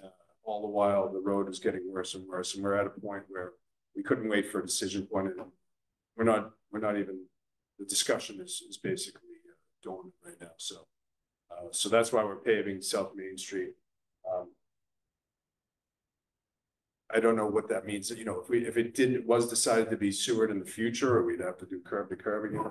Once we pave a road, we have a 10-year protection plan on the road where it's a strict 5-year moratorium for no excavations. And then from years 6 to 10 is early opening fees. So we try to dissuade, you know, keep our capital investment in shape for at least 10 years. And then in the next 5 to 10 years, you're planning on repaving. So that's the goal with all of our roads. Get the utility work done, you know, and then you have a nice clean paved road for 5 to 10 years. To a degree, roads and sidewalks and DBW gave us a long-awaited answer to something that we should have come up with a long time ago. Giving you an answer to that. So the bottom line is then, Brian, for South Main Street, there will not be any sewer work done for 5 to 10 years. Well, there's no plan. 10 years. There's no plan for sewer from South Main Street, from Summer Street to the end at Situate border. There's no plan. There's no plan. The road is going down. We have a 5 to 10 year moratorium on that street. So there's 5-year moratorium and then fees from years. A 10-year right fee. So there is no sewer. There's no sewer. And next year we're planning on going up and over into the village, right? If I'm mistaken. And having been on the select board. Paving. So the water main needs on the South Main section, St. Anthony's, where the beginning of the paving is starting now, through the center of town, the water main is getting replaced. It's an 1800s vintage water main. It's been lined in the past, worked on, but it needs to be replaced. And on the 3A, I'm glad you brought that up because it's not a town project, but MassDOT is going to be doing a major road project on Route 3A from just south of Pond Street, Schofield Road, all the way to the Situate line, including the entire Beechwood intersection. It's going to be new lights and signals. And the project continues down into Situate a few hundred feet. So that project is basically sidewalks on both sides of the street with curbing, curb cuts. The 2 lanes in each direction are going to be reduced down into 1 lane with a center turn lane, and there'll be a bike lane. So again, the road width will be the same, but it won't be, you know, a single lane that goes into 2 lanes, which turns into a speed race, and then, you know, back down to 1 lane. So it's going to be 1 lane in each direction with the center turn lane. That's effectively going to seal up, button up the fact of ripping up 3A for the next couple of years after that's done too. Yeah, so they have, I mean, every town and state certainly has a moratorium after they. So part of the utility upgrades there will be all new drainage. The town water department is participating with non-participating costs to put in water main with the state's contractor. There's a lot of savings in doing that. We did the same Cunningham Bridge a few years ago. And just to clarify, I've been on the select board for 5 years. There has never been a vote by the Cohasset Select Board to authorize any kind of regional sewer. There have been plenty of discussions, and Chris and I and others have been part of it. I have one thing. So as part of this MassDOT program on 3A, they're the keepers of the speed limit. And as we all know, from Beechwood to Pond Street, the speed limit is posted as 50 miles an hour. And then the next sign is at 45. That's after, well, I think it's after Stop and Shop Plaza. It's 45 there. Can that 50 miles an hour, because you come in from Situate at 35 miles an hour, you get up to Beechwood Street at the stoplight, and then it accelerates to 50. Can we petition during this, you know, since we have their attention, to look at like a speed limit that makes some sense? Sure. Yeah, no, I'll bring it up in the construction. Right? 65. got 100 yards to get to 65. By virtue of going, wait, right, I mean, I will say, so there's gonna have they're putting a sidewalk on that section. Which Yeah. There is another stretch of sidewalk, not the roadway, but they are planning another stretch of sidewalk from Pond Street as well up to Stop and Shop area on the east side of that road. Okay. So again, it's a lot of pedestrian improvements out there, and I think by virtue of going from 2 lanes to 1 lane, hopefully it'll reduce speeds. Except, as you know, you come through that, you're heading north, and it says speed limit 50, and people have no compunction about hitting the accelerator. For the cops on. Yeah. And then it drops down. And then it drops down, and you come through the light and it's 35, and then you can go 50, and then you go 45. I mean, it's the most ridiculous thing I've ever seen. That's why all our kids are such good drivers. Oh. No, I mean, they're doing all the lights and signage out there, so I'll mention that to them. Okay, thank you. We should include CPD. Okay, thank you. Brian, thank you. Thank you. Thank you very much. Chris, just one follow-up thing. We've been asked a few times to have the private roads list posted. I just quickly looked at the DPW webpage and the town manager webpage, and I see our policy on private roads, but I don't see the actual list. I'm under the impression up there, Kevin would know, but if you can't find it easily, then that's a problem. So that said, I was told it was posted, and I will double check to see where, and if it's not easily accessible, I have to fix it. Okay, that would be great. Thank you. That's all I have, unless you have any other questions. Nope. Brian, thanks so much. Thanks for all the good work. Thank you very much. Okay. We are gonna move along now. Michelle, you able to get Michelle? There she is. Yes, Michelle. Okay. Hi, Michelle. Hi. So a very quick update on the recreation projects. So we'll start off with the Beechwood Playground. So that's moving along as scheduled. I think if anyone has driven by there, you'll see that they secured some fencing around the perimeter, and the playground equipment has been dropped off. So if anyone walks by, you'll see an semblance of what the playground will have in it.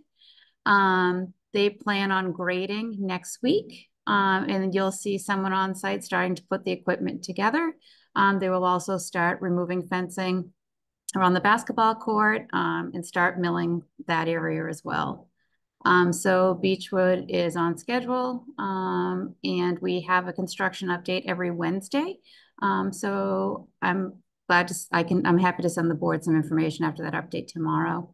As far as the Milligan tennis courts, that's moving along as well. They mobilized their equipment, and they've started removing some trees around the perimeter. The project manager has gone door to door and introduced himself to as many people as he could.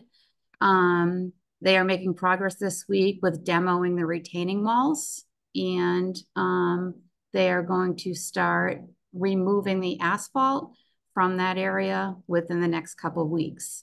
I will come before the board probably by the end of August when we have a more definitive date, but they are asking for special permission to start work 2 days at 6 a.m. And the reason being is the concrete trucks being delivered, they have 4 trucks coming every hour in order to fill the courts with the concrete needed. If in fact they can't start at 6 a.m., it'll push them off a whole nother day, which doesn't seem like a lot, but as far as the curing process, it does impact the schedule. So as soon as I know those dates, I will come before the select board and ask for special permission to start at 6 a.m. Those are the updates. Great. Thank you very much. Thanks for all the good work. Can't wait for the ribbon cutting at Beechwood at the playground. I don't know how you're going to top what you did for the groundbreaking because it was so cute. Okay, thanks, Michelle. Thank you. Okay, next we're on to board and committee updates. And so what we had, we deferred this from the last meeting, and it was a bit confusing. And Tracy, if I misspeak, please jump in. So Susan Sardino had been the Housing Authority rep and had vacated that position to become a citizen at large rep, which leaves a one-year term on the Housing Authority rep position, for which Fred Coed has made an application to fill that. So unless anyone has any questions, I'll entertain a motion So moved. to nominate Fred Coed as the Housing Authority representative to the Affordable Housing Steering Committee. So moved. Okay, all in favor? Aye. Aye, thank you. Okay, next, again, we deferred this from the previous meeting, Open Space and Recreation Committee. Again, we had some issues with this. We now know that Marissa Manley, Deidre Riley, and Connie Afshar are asking to be reappointed as at-large members. We also had applying for this committee, Jason, I apologize, Culpa, and Virginia, yeah, thank you, Jack. My brain has gone dead. Virginia Leclerc, I believe Virginia was at the last meeting. So we have five applications for 3 at-large memberships, and we can vote to reappoint the 3 that have been serving and thank the other 2 for applying and see if they might be interested in another committee, or we can vote for whatever 3. So I will entertain the desires of the board. I mean, have any of them been up to speak to us? Because I wouldn't mind hearing what Mr. Culpa and Ms. Leclerc have to say, bring something new to the table. He was invited to the last meeting, but he did not attend. And I believe Ms. Leclerc was on the meeting, if my memory serves me. She was. And just checking the details, looking at the applications that are in the packet, did all of the applicants submit applications? Yes. They did. Okay, thank you. Yep.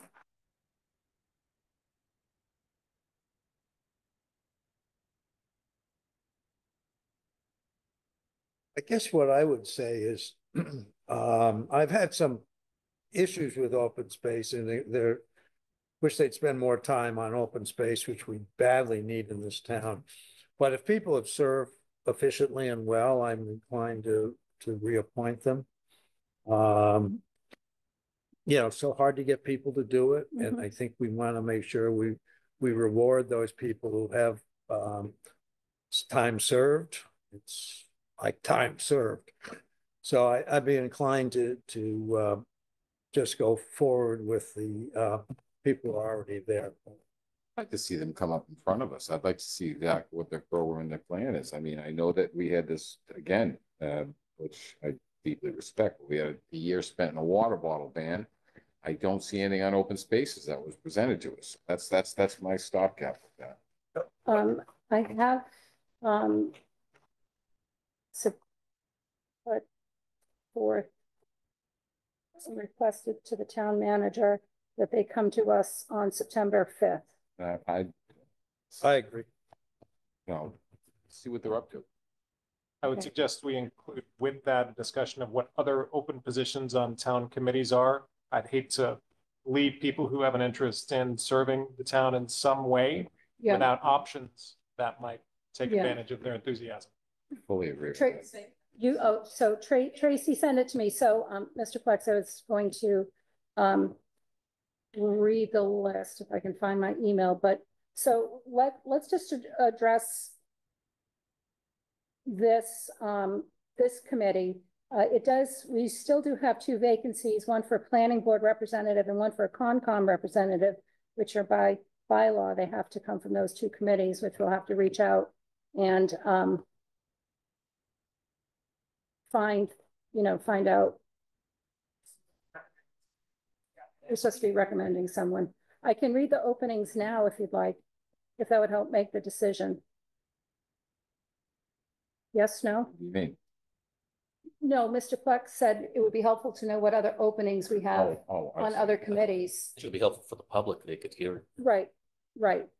Ellen, I was thinking of making sure that people who have an interest in serving on a committee, but might not have a seat available on the committee they applied for, Yep. to make sure they know about what other opportunities are available. I will personally reach out to both of them and let them know where we have opportunities. Great. Okay. Reach out to all of them. Because if they want to serve, just look there or it's Culpa. Yes. I'm not averse to mixing it up a bit. Okay, so I have one suggestion for Mr. Creighton to reappoint Ms. Manley. I want to withdraw that because I think that Paul had some very good points. Okay. I guess my sense is that we really ought to have a meeting just to go through that. We're like, almost to 9:15. We have a lot more on the agenda. We don't have complete information. I like the idea. I think you mentioned it of September 5th or whatever. That might make more sense.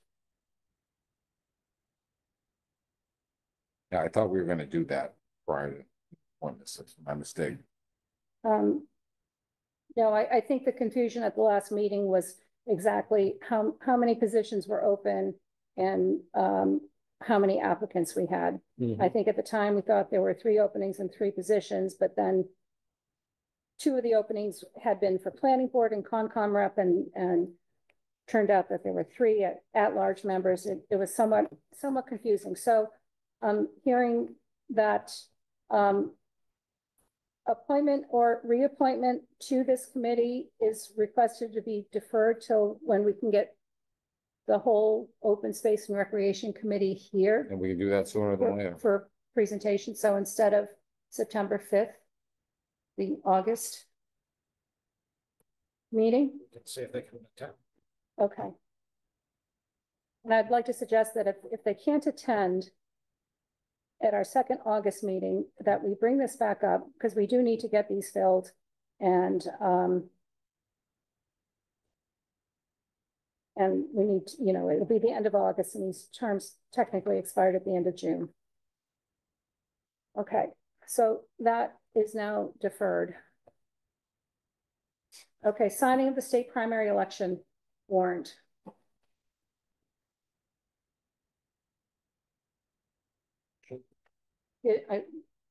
Mr. Senior, do we need a motion on this or?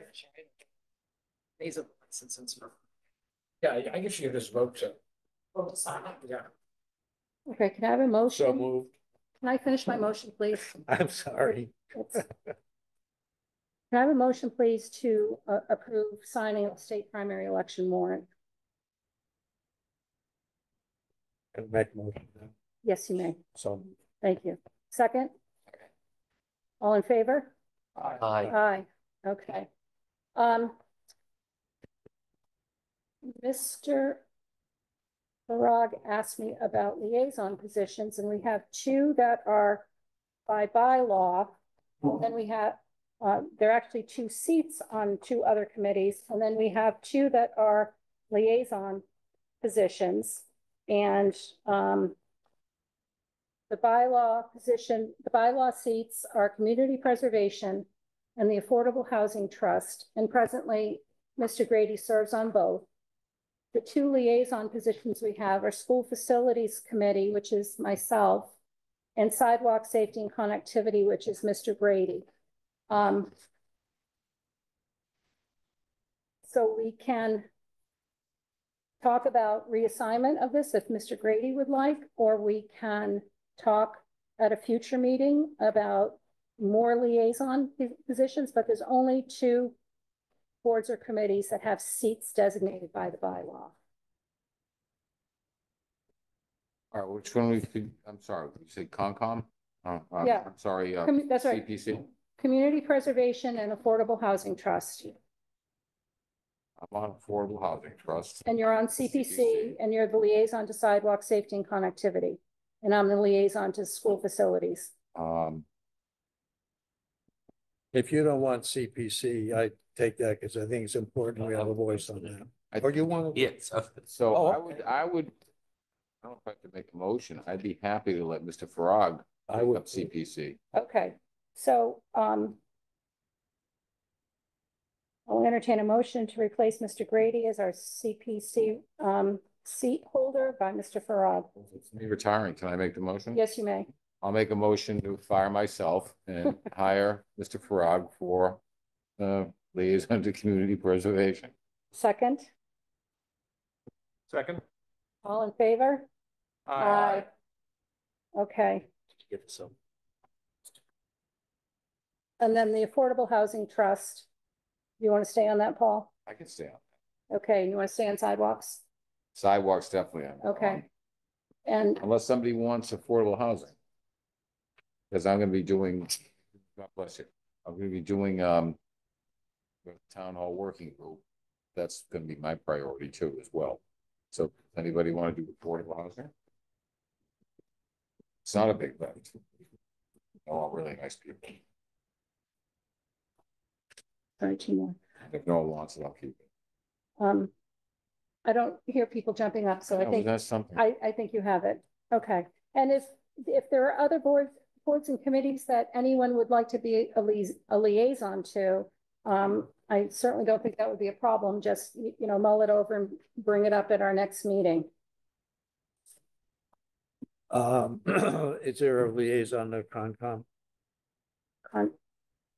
I don't believe so. No, it's not a seated position. No, and we do not have a liaison to. Okay, I didn't know. I thought you mentioned Concom or something. I might have misspoke in saying community preservation instead of Concom, or vice versa. Because if we needed somebody, I was on there for years, I'd be willing to do it. No, it's community preservation. Okay. All right. Do you have any questions, David, or are you Nope, good? CPC Okay. is great. Thank you. Okay, great. So next up is our conversation about the Cohasset Harbor. And Mr. Farag has something that he would like to have read into the record. Thank you. The Board of Selectmen has a statement, which I'll read off, which we put into the record, and then it'll be posted on the website and then for all to see. And then I have a comment after it. So August the 6th, 2024, after the most recent Wall Street Journal article reporting upon the issues of Cohasset Harbor, as well as the NBC News Boston 10 news piece, Cohasset Board of Selectmen, or the Cohasset Select Board, remains committed to maintaining Cohasset's decades-long responsibilities for safely managing, maintaining, and providing public access to the waters of Cohasset Harbor. Cohasset will continue to manage the mooring fields inside of the breakwater, provide harbor master services and police patrols, maintain public access, and keep the harbor open to all. Cohasset has maintained the sole responsibility for the operation of Cohasset Harbor for more than a century, including the creation and maintenance of the current channel, the dredging, the layout, and the safety of the existing mooring fields, the regular maintenance of the dredging necessary to maintain safe navigation for recreational and commercial boating, and the collaboration with state and federal agencies for navigation, environmental protection, and ensuring public access. We reiterate at this time that it continues to be Cohasset's harbor masters that have rescued struggling sailors, managed the mooring fields, and maintained safe navigation practices, including responding to medical incidents this summer. It has been Cohasset taxpayers that have funded harbor improvements, paid the salaries of the harbor staff, and have acquired property to ensure public access to the water. Cohasset officials have enforced bylaws, petitioned the state and federal governments for grants to maintain the harbor, and prioritize public access to the waters for boating, sailing, fishing, kayaking, rowing, and simply enjoying the natural beauty of Cohasset Harbor. The Cohasset Select Board stands for fair and open access for all to Cohasset Harbor, from its mooring fields to its surface waters. Unfortunately, the Scituate Select Board has prioritized privatizing and industrializing this public resource. While Cohasset has put its money, its resources, and its time into public improvements, public access, and the preservation of Cohasset Harbor, it will now put its resources into the legal defense made necessary by Scituate Select Board's assertion of control over the resources for which it has literally invested nothing. We are willing and open to reopen dialogue to reach a fair and equitable solution in order to avoid costly litigation, which at the moment is our only remedy. Cohasset is open to settle this needless dispute, which has created confusion and has put public safety at risk. The next court motions are in the fall regarding this matter. Cohasset will continue to fight and ensure that the harbor's waters remain a public resource for all. And if I may just post this regarding the harbor issue. There's a lot of misinformation that has been put on the internet with some of the Facebook pages. And I think it's important that the select board with this statement has clarified not only the position of the board, but the position of Cohasset. And I think one of the things that people don't realize is when they see some of the posts, especially on Facebook, that some of the people who have financial gain do not disclose it when they make comments upon Facebook regarding this issue.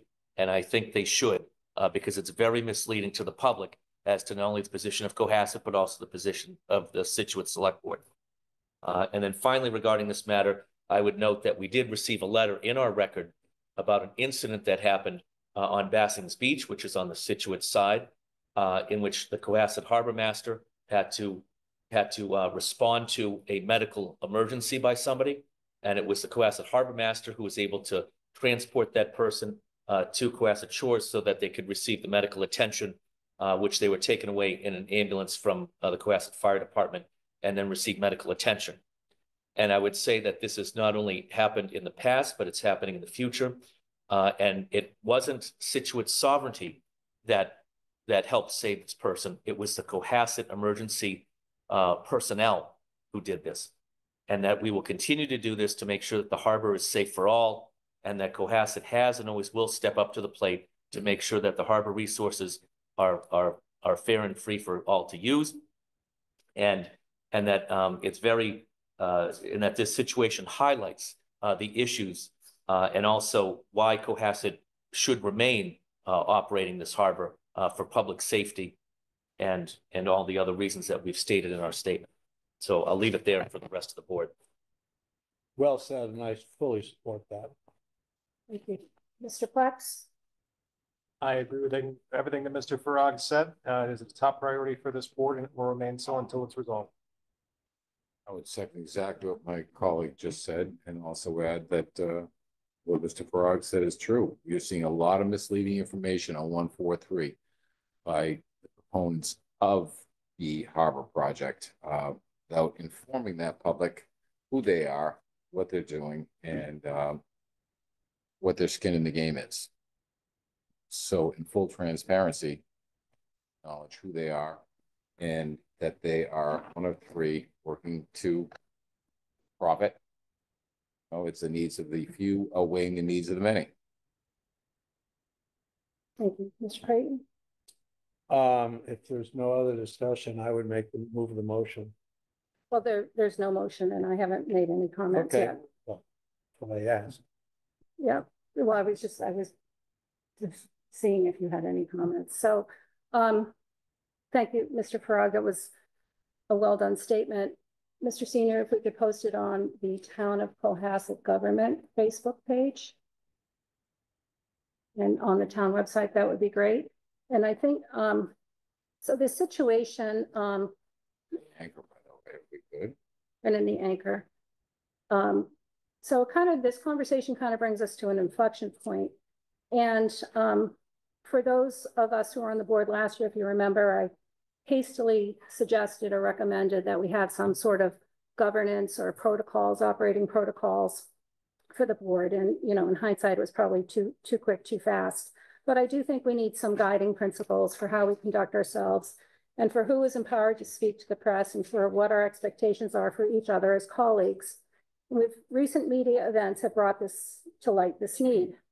We need to remember that each of us is 1/5 of the board, and as such, without any designation thereto, we should not speak for the board without consent of the board. There have been no contact with the town manager or the chair or any other select board members prior to an on-camera appearance on Thursday, the 1st of August on NBC News 10 Boston. That lack of action and opinion and experience lack professionalism and respect for fellow colleagues. We must also remember that although we do not forfeit our First Amendment rights when we take the oath, that when we are identified as select board members and are questioned on business before the board, and in this case, a subject matter that is in litigation, the wiser, more prudent course of action may have been to respectfully decline and refer the matter to the town manager's office. So at an upcoming meeting, I'd like us all to be thoughtfully deliberating the need for governance, a governance policy for the Cohasset Select Board. And I urge all members to review the MMA Select Board Guide. And you can look at many other towns. They all have some kind of guidance, whether it's 50 pages, 100 pages, or a single page. But I think it's important that we all operate in concert and together as the body to which we were elected.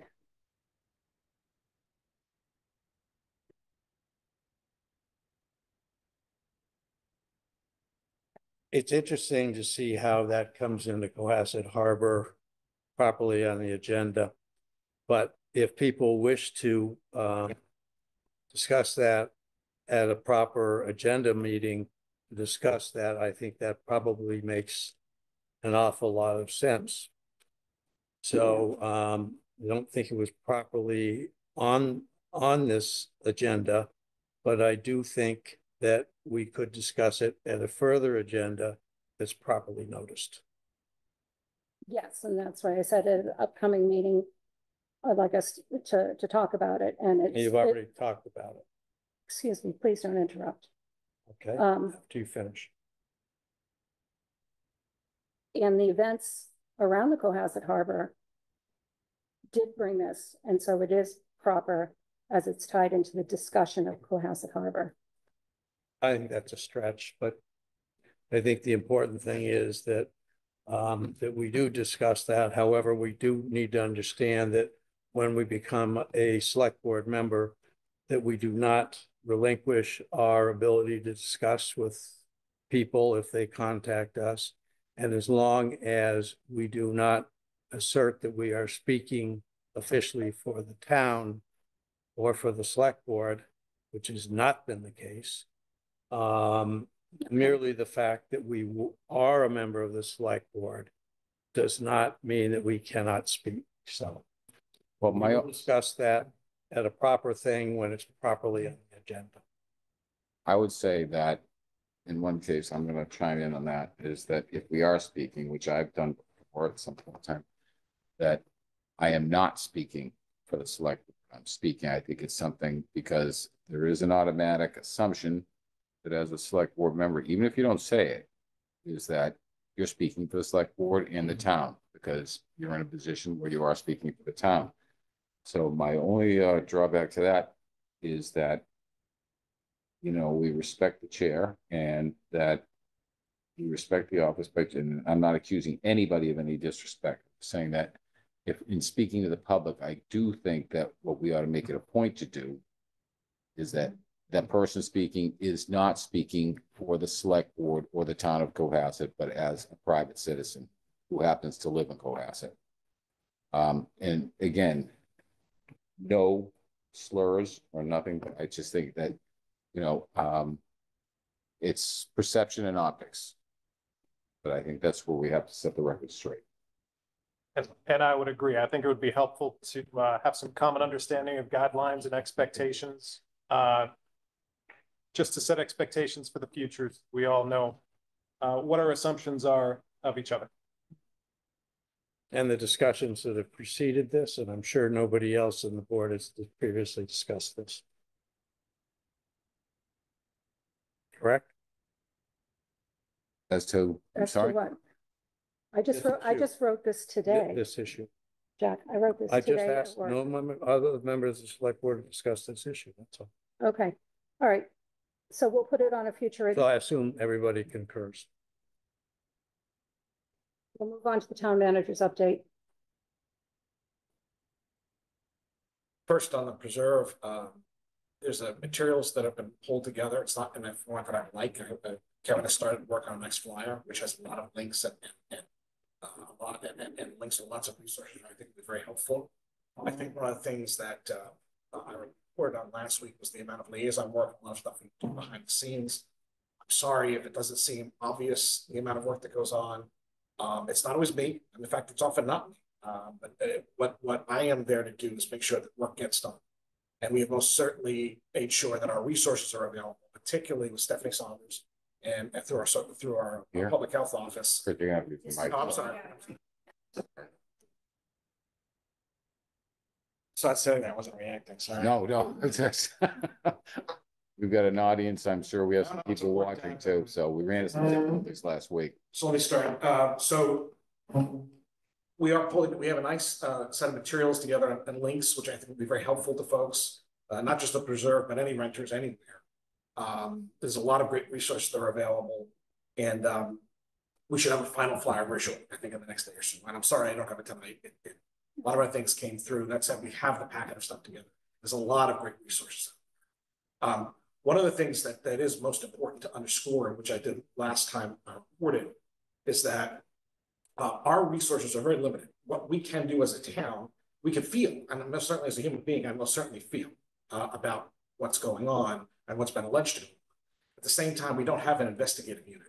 We don't have the ability to handle fair housing issues.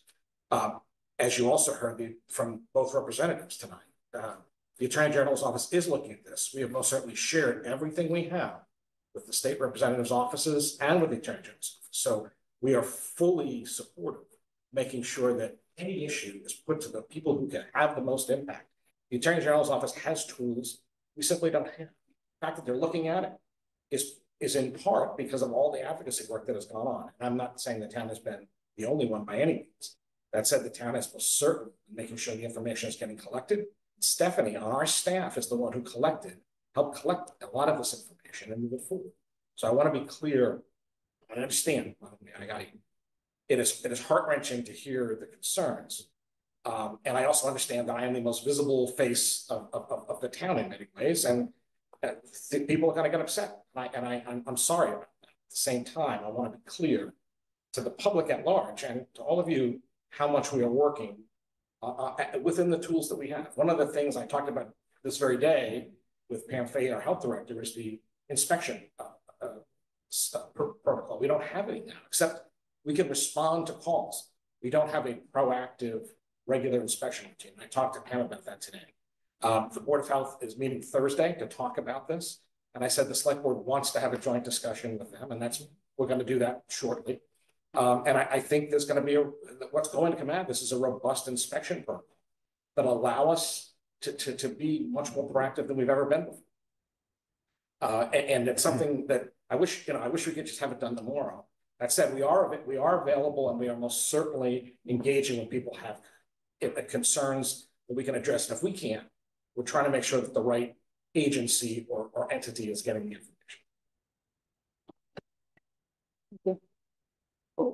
Yep, Mr. Plex. Just briefly, thank you for that. First of all, I want to acknowledge, I know the work that you and your staff put into everything that comes into town hall, and we appreciate that. The one thing that I think we should discuss at some point doing as a select board, because it is within our power to do, is just making sure some attention is paid to this, some publicity goes to it. That's one of the powers that we do have as a select board, is to make sure that this is not necessarily on the agenda, because we know how difficult it can be to get in touch with these folks to actually get information out of them, but to make sure what information is available is publicized and people are aware of what the tools are and what's being done. And I'm going to put this out there. The last meeting we talked about meeting with the True America. I understand they were agreeable to this with a law firm at some point. I know this, according to Senator O'Connor and Representative Moschino, that they have been difficult. But if we can hammer down that door and they want to meet with us, be it however we use the tools that are available. This young lady speaking about painting over mold, something like that, electrical issues, water issues, something that could electrocute some kid, moving a lady out of an apartment. We do have some controls over that as far as what they sign with us. I understand, and I hope we do, especially by way of Board of Health, mitigating any retaliatory moves, someone moving them from something to a less desirable unit because it happens to be 30 feet further from the pool. Those things I think we can stop. At least I'm hopeful, but at least the inspections, the health inspections, that if anyone on the, and within my hearing calls, we get a Board of Health inspector up there. I just want folks to feel that they are residents of Cohasset too, right? Any more than anybody across this table or any one of us who's paying taxes. They are residents. And they deserve the same amount of respect and care that I would expect if I looked up and I saw smoke coming out of my basement window.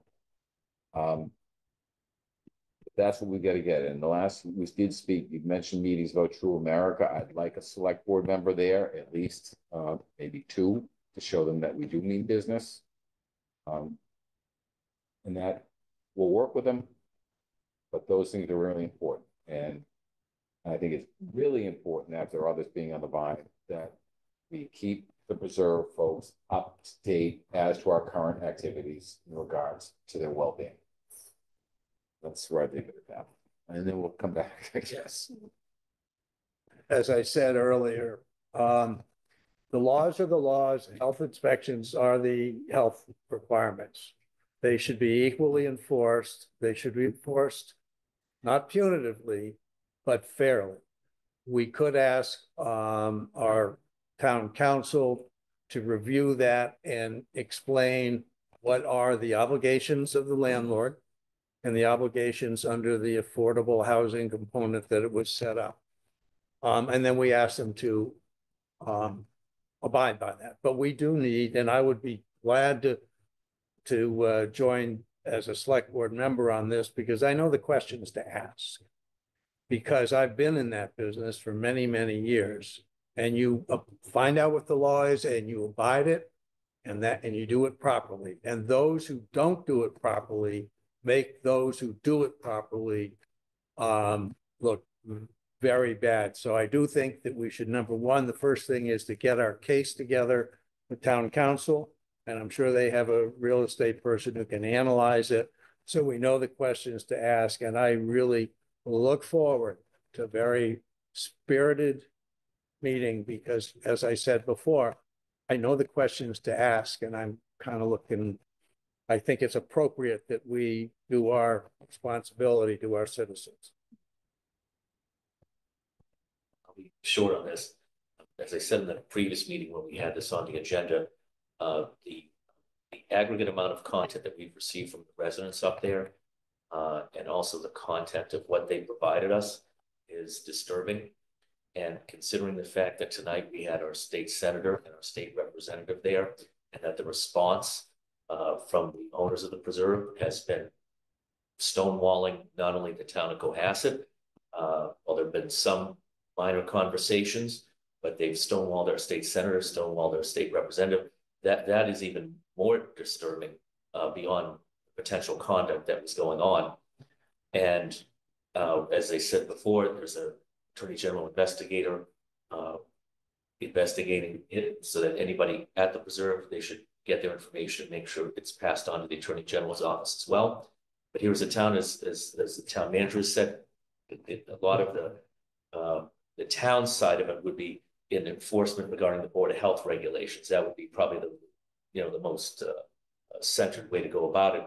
And that in the future, we're going to have to review what the current practices and protocols are, and most likely enhance them for the future, to make sure that the type of conduct that we're seeing from what the residents have presented to us doesn't happen. Thank you. Thanks very much. And the only thing I'll add, and I try not to be repetitive, is if you can encourage your neighbors in the preserve who have not already submitted something to the Attorney General to do so. You can do it through Representative Moschino's office, or directly, or through Senator O'Connor's office. They said they had 22. I think there's strength in numbers, and I think it would really help support the AG investigation. So thank you for staying. Thank you for your comments earlier. Okay. More things. Oh, 2. Mr. Senior has 2 more things. So very quickly, the Rev 250, I did read up on it, and I circulated information about it to a number of organizations in town. The Historical Commission, the Historical Society, South Shore Arts Center, Craig McClellan, this 4th of July fireworks, and staff. And I said, look, if it's something we can join on to, let's do it.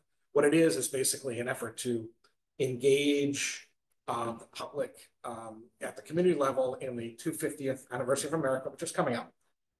This is a program that runs through June 30th of 2025. So all the money has to be committed and spent by then. And the Art Center is definitely thinking about it. I said, we definitely sign on to something if they want to do something. The Historical Society Commissioner are talking about it. Michelle and I also talked about maybe helping Craig out if there's a committee information to see if we can pull something together. The deadline for this cyclone, I'm assuming there's going to be another one the next year, is in a couple of weeks. So it's something we're working on. So I did get some interesting feedback. So it was good to share it, and hopefully something will jump on. The last thing, which is not formally here, but it's in my update time here. I just wanted to follow up on the Director of the Elder Affairs position, if I may. So I most certainly understand the emotion and passion that was shown tonight. It's a critically important thing that we do, and it's something that everybody cares about deeply. And I want to say something absolutely crystal clear tonight, that there's no changes proposed in the current staff. There are no changes proposed for the current roles. There is no change whatsoever in the care, the concern, the programs, or the passion that are exhibited here every day. Nothing. And it's disheartening to me that the emotion and passion clouded the reality of the facts. So there's no changes. We're not demoting anybody. We're not changing anybody. In fact, what we're doing and what I'm excited about is to bring new resources into the center. This is not a rejection, but an affirmation of the mission of the center. This building, again, I want to go deep into this, got built, and I was here during that, and boy, the passions were intense. The executive sessions and all. It was a really ugly process, quite frankly. That said, it's a beautiful building, and the relationship with the Social Service League, which was very challenged, is wonderful. So we've been able. The town got through that, and I went through some meetings where I had select board members yelling at each other across me, and it was okay. We got through it, and we went to town meeting, and then we got the deal done. And even the day of the closing, there was intense emotions across the table, and we got through it. And this building is a jewel. Now, that said, the programs and the needs are just getting higher and higher. And the opportunity to bring someone in who has tremendous experience in the healthcare world, and also with people and families with navigation through hospitals and healthcare settings was really unique and exciting. It was a real opportunity. And this wasn't something that I just pulled out of thin air. Right? It's a conversation that has been ongoing for the entire time I've been here. So I want to be clear that this hire is an affirmation, not a rejection. And I'm sorry that people have reacted that way. I've been talking really closely with one of the members of the Elder Affairs Board to navigate through this myself. And apparently it hasn't been as effective as I would have. So they're meeting next Monday, and I plan to attend. I want to hear them. I want to look them in the eye, and I want them to understand that this is in no way some kind of rejection or it's something bad. And it's disheartening to me for that to have become this, because it's not that. And I'm hopeful and I'm optimistic that we'll get through this. And at the end of the day, when everyone's in place and we're moving forward, that people say, hey, everything worked out. And this is not the first time that Cohasset has gotten itself intense. So it's not the first time that I've been in the middle of Cohasset getting something intense. And it'll work through and we'll be okay. Again, it was disheartening. I'm not going to tell you it's pleasant to sit here, and all of you know the same thing. To have people say things that are, quite frankly, untrue, particularly even about the process. The process was not some kind of convoluted thing. It was an effort to go out there and reach for the best and to have multiple viewpoints. I don't see people who are going to tell me what to hear ever. When I have staff people that are part of the process, I want them to tell me other things. At the same time, I have an obligation to make the decision by the oath I took and the Town Manager Act that governs this whole town to make the best decision that I can. And I don't do it in a vacuum. I do it collaboratively. The Elder Affairs Board told me, don't do a search, don't look at anybody ever outside the town. And I said, I'm sorry, I can't do that. It's not okay. That was their position. And that was the position they held on through the entire way. And they're entitled to that. And I respect that. At the same time, I wouldn't be doing my job if I just closed my eyes and just said, whatever you You know, I just have to look at just one thing. I can't do that. And as I said again, I respect it. I respect the passion. I do. And I'm optimistic that as we go through this, people will take a breath and we'll be okay. It wasn't easy tonight. I don't know if it'll be easy tomorrow. At the same time, it'll be okay at the end of the day. And I'm confident. I have Megan online too, if you really want to hear from her, but I'm confident that the process was a good one. And I think we'll be okay at the end of the day. I really do. And again, it's an affirmation. We're not changing anything. This place is great. I want to build on it. I don't want to subtract from it. I want to add to it. So you've all seen the materials. We'll post stuff up on the website too, so people can see everything that's out there. The Elder Affairs Board's been shared with everything. I shared some on Friday. I didn't have everyone's email addresses. Unfortunately, the Elder Affairs Board doesn't have standard email addresses. So I didn't have all of them. I should have. I do now. So they have everything, and I'm open to having a conversation, one-on-one or in a group, because I want this to all move forward positively. I think that the candidate selected, who's very excited about coming here, South Shore resident, been here our whole life, will bring a lot to the table, and not at the subtraction of anything, but an addition. So I just wanted to say that. And again, she's not here. She will be here in September. I'm excited to bring her to the Elder Affairs Board. I'm excited for her to meet everybody in town, to come here and meet folks. And again, there's nothing more exciting than bringing people and adding to the group, not subtracting, adding and bringing new people to the classic team. Done that a lot. Also promoted from within a lot. So I mean, this thing, Michelle's a classic example. She's been phenomenal. And you recognize that. That said, that it's not always a one-way street. It's not always the same thing every time. In fact, you've challenged me to be creative and to reach the town. We do a lot of big town stuff for small town, and it can be stressful, but it's also been incredibly fun, a great run. And this center took a lot to get through. I respect all the work that got done to get here, and we're looking 5 and 10 years now. Just looking backwards. I want to build on everything that's here. And I've said that again. I don't want to, so that's all I want to say. If any of you have any questions, I'm happy to answer them. That said, I just want to underscore that. And again, I'm hopeful and optimistic because I've worked with all these folks. I've worked with Kathy and so many others close to the person. And I think that as people take a breath and right now it's just an unknown. It's just a piece of paper. They don't know the person. Once they get through that, I think we'll be in a better place. And that said, it will be okay. It was not a kid.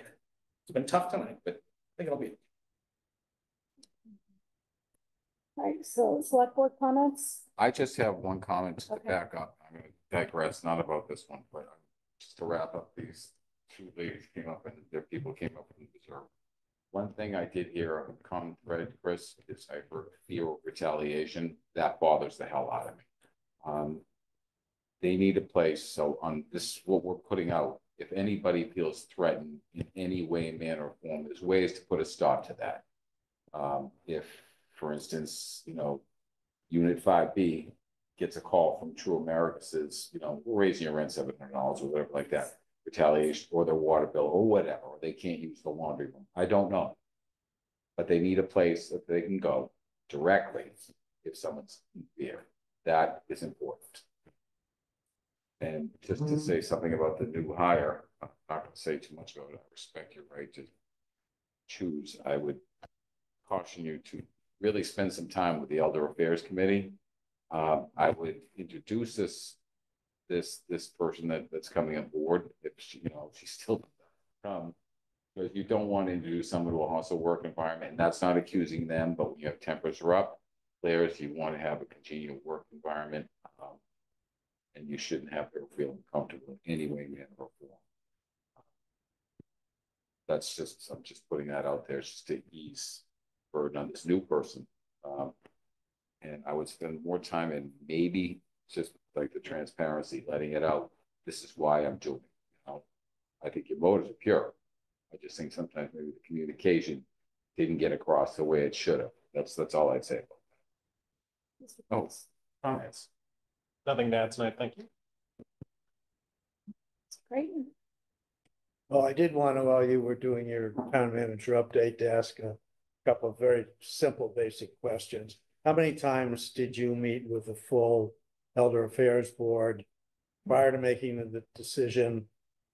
And you've now announced and made the decision, and now you say after the fact you're willing to, but how many times in the past 3 months have you gone down to the senior center and met with the Elder Affairs Board at a board meeting? So I've had Megan be the lead on this as our Director of Community Services. She reached out to the board. She attends their meetings. I can't always be there, right? And Megan has been attending their meetings, and when we collaborated on an outreach. So every member of that board was asked specifically for their thoughts. And in fact, we've shared that with Chris. I asked you a specific question. I have also. How many times have you? I have not met with that individual. So you have not met with them, okay? No, I've met with individual members. All right, the question is answered. Jack. Now I'm talking on my select. I would like to ask you to please be respectful.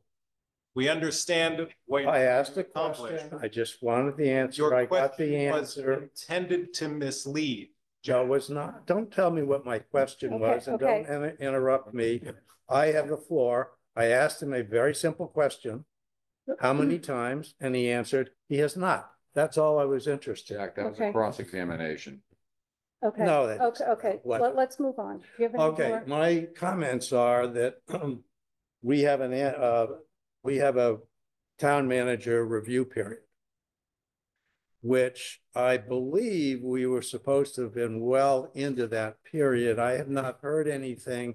I've not seen when it's going to be on the agenda, and I don't understand why the town manager review period is not scheduled for the select board. So I think we need to do that. Beyond that, I think we need to, what we've seen tonight from you women and from the seniors and from other people, that you are welcome. That we do, as a select board, listen to what you have to say, because we, after all, do represent you. And it was so heartening to see so many people from different parts of town attend the select board meeting, and I salute each and every one of you, because democracy lives when people are free. Thank you. I'll be brief. I would say that in my comments, if we do have Megan online, I think because of the issue that was brought up regarding the Elder Affairs Director, that if she could pipe in after my comments, I think it might be helpful, because if there's still people watching regarding that. And then, of course, the town manager said he's going to go next week to talk with the Elder Affairs Board. I've already spoken on the preserves, so I'll leave those comments there. But regarding Elder Affairs or the senior center, as we know, it's not just another town building. It has a special status due to some of the deed restrictions, the way it was created, the way it currently operates, of course, deed restrictions. So it's now become the home for the seniors. As we all know, it started years ago, just one basic room rented in the community center, and then it grew over time to the building that we're in now, and we actually have our meetings in. So I think that it's something that's grown, and we want to see the programs grow for our seniors and enhance their lives as well. And so with the current issue, I work obviously with the town manager and the Elder Affairs Board. I want to hear from them, as we've obviously got the letters in the record. We've heard from them tonight, plus others, members of the community, and make this the best senior center on the South Shore. So again, I'll just leave it there on that. But if we could have Megan speak to the hiring process, I think that might be helpful and illuminating for the people who are watching at home. Yeah. Rich, is Megan online? Yes. Okay, thank you.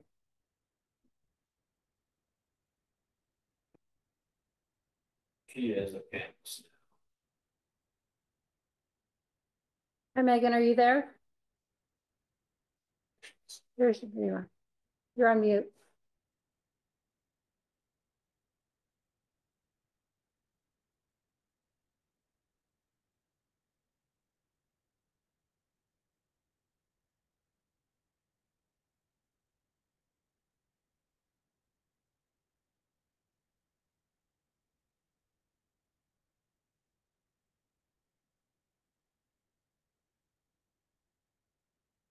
Megan, the window says you're unmuted. Can you hear us? No, we can't hear you. We can't hear you, okay. So I hit the volume. Oh.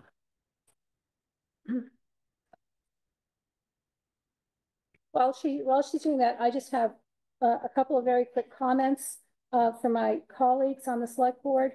We have our agenda setting meetings on the Tuesday before a select board meeting. So if you have something that you'd like on the next following week's agenda, please get it to myself. Or get it to me. Sorry, that was bad English. Get it to me, you know, Monday evening, anytime before Monday evening. We meet Tuesdays at 9. I also wanted to alert the board that Andrew Goodrich, the chair of the Situate Select Board, has reached out to me to get together as neighbors and colleagues, have a cup of coffee. We don't have anything set. And I just wanted to make sure that everyone was okay with that. He indicated in his contact to me that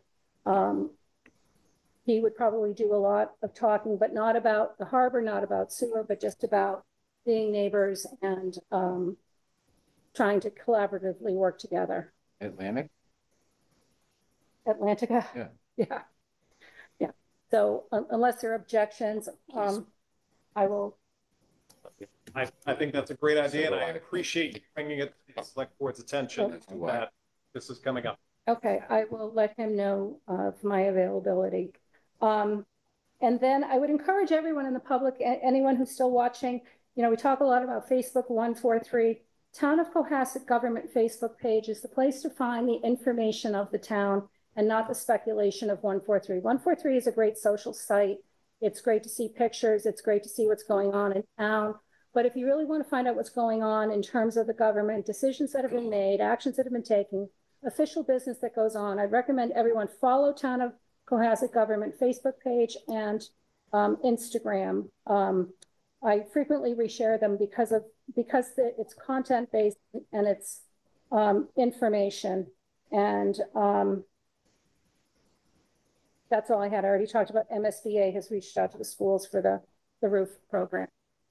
So, okay. Megan, are you there? You should be able to hear me now. Yes, we can. Thank you. Great. Thank you.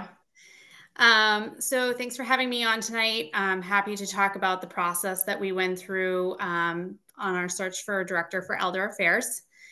So the first thing we did was we looked at the job description and made any tweaks that we felt necessary. There really wasn't anything glaring that needed to be changed. But we did update some of the duties that maybe were outdated or technology that was outdated at the time. So updated all of that.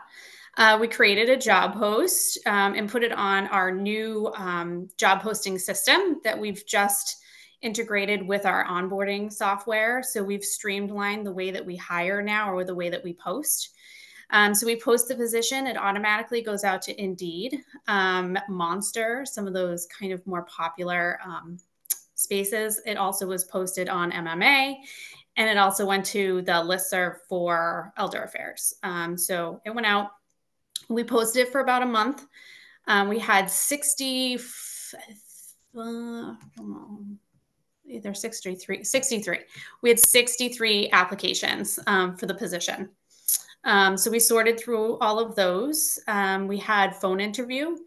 As you saw in your packet, phone interview is very, it's a basic behavioral interview. So we're asking questions about how, someone would react to certain situations, what motivates them, what they do to motivate others, key questions like that. So after that process was complete, we narrowed it down to 3 candidates. We had also in between there, I sat with the Elder Affairs staff, and we talked about not specific people, but we talked about what skill sets we're interested in having in a leader there, and what our hopes and dreams are for Elder Affairs. Some people had some really nice ideas on things that they'd like to see happen. So we had a really nice conversation talking about all those things. Again, no names involved, just characteristics and skill sets that we'd like to see. I created a survey that went out to the Elder Affairs board. We called it a vision survey. Again, it wasn't about any specific person, but we talked about characteristics, skills, things that we'd like to see in elder affairs moving forward, those types of things. So I took all that data and I presented it to our group of department heads and a board member that sat in on our second interviews. So while we were interviewing candidates, we had these things in mind of things that the staff was looking for and also the board. And so we got through that process. We came out of that process with 2 candidates after we had interviewed the 3. And Chris and I sat with the last 2 candidates and we reviewed, again, the skill sets that we were looking for, but also the skill sets that were reported by the staff and the board. So I find this process to be, I thought it was very thorough. I felt that we, really gathered a lot of folks and were able to get their ideas and ultimately came up with a candidate. And we're really excited about Meg Stewart. Great. Thank you, Megan. Does anyone have any questions for Megan? No?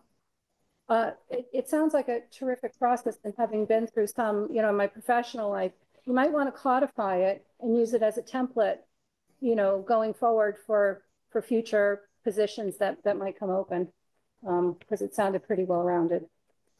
Megan is really great energy and passion for this. Yeah. Great. Thank you, Megan. Thanks. Okay. So no one has any other comments? All right. So approval of minutes of July. Oh, Pam Fahey.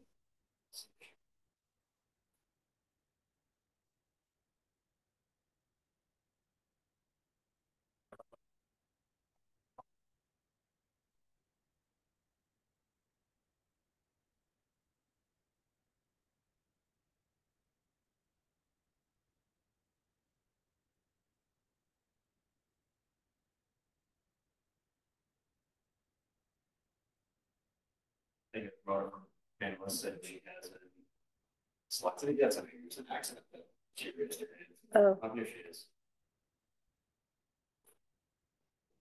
This isn't Pam. This is Stephanie Saunders.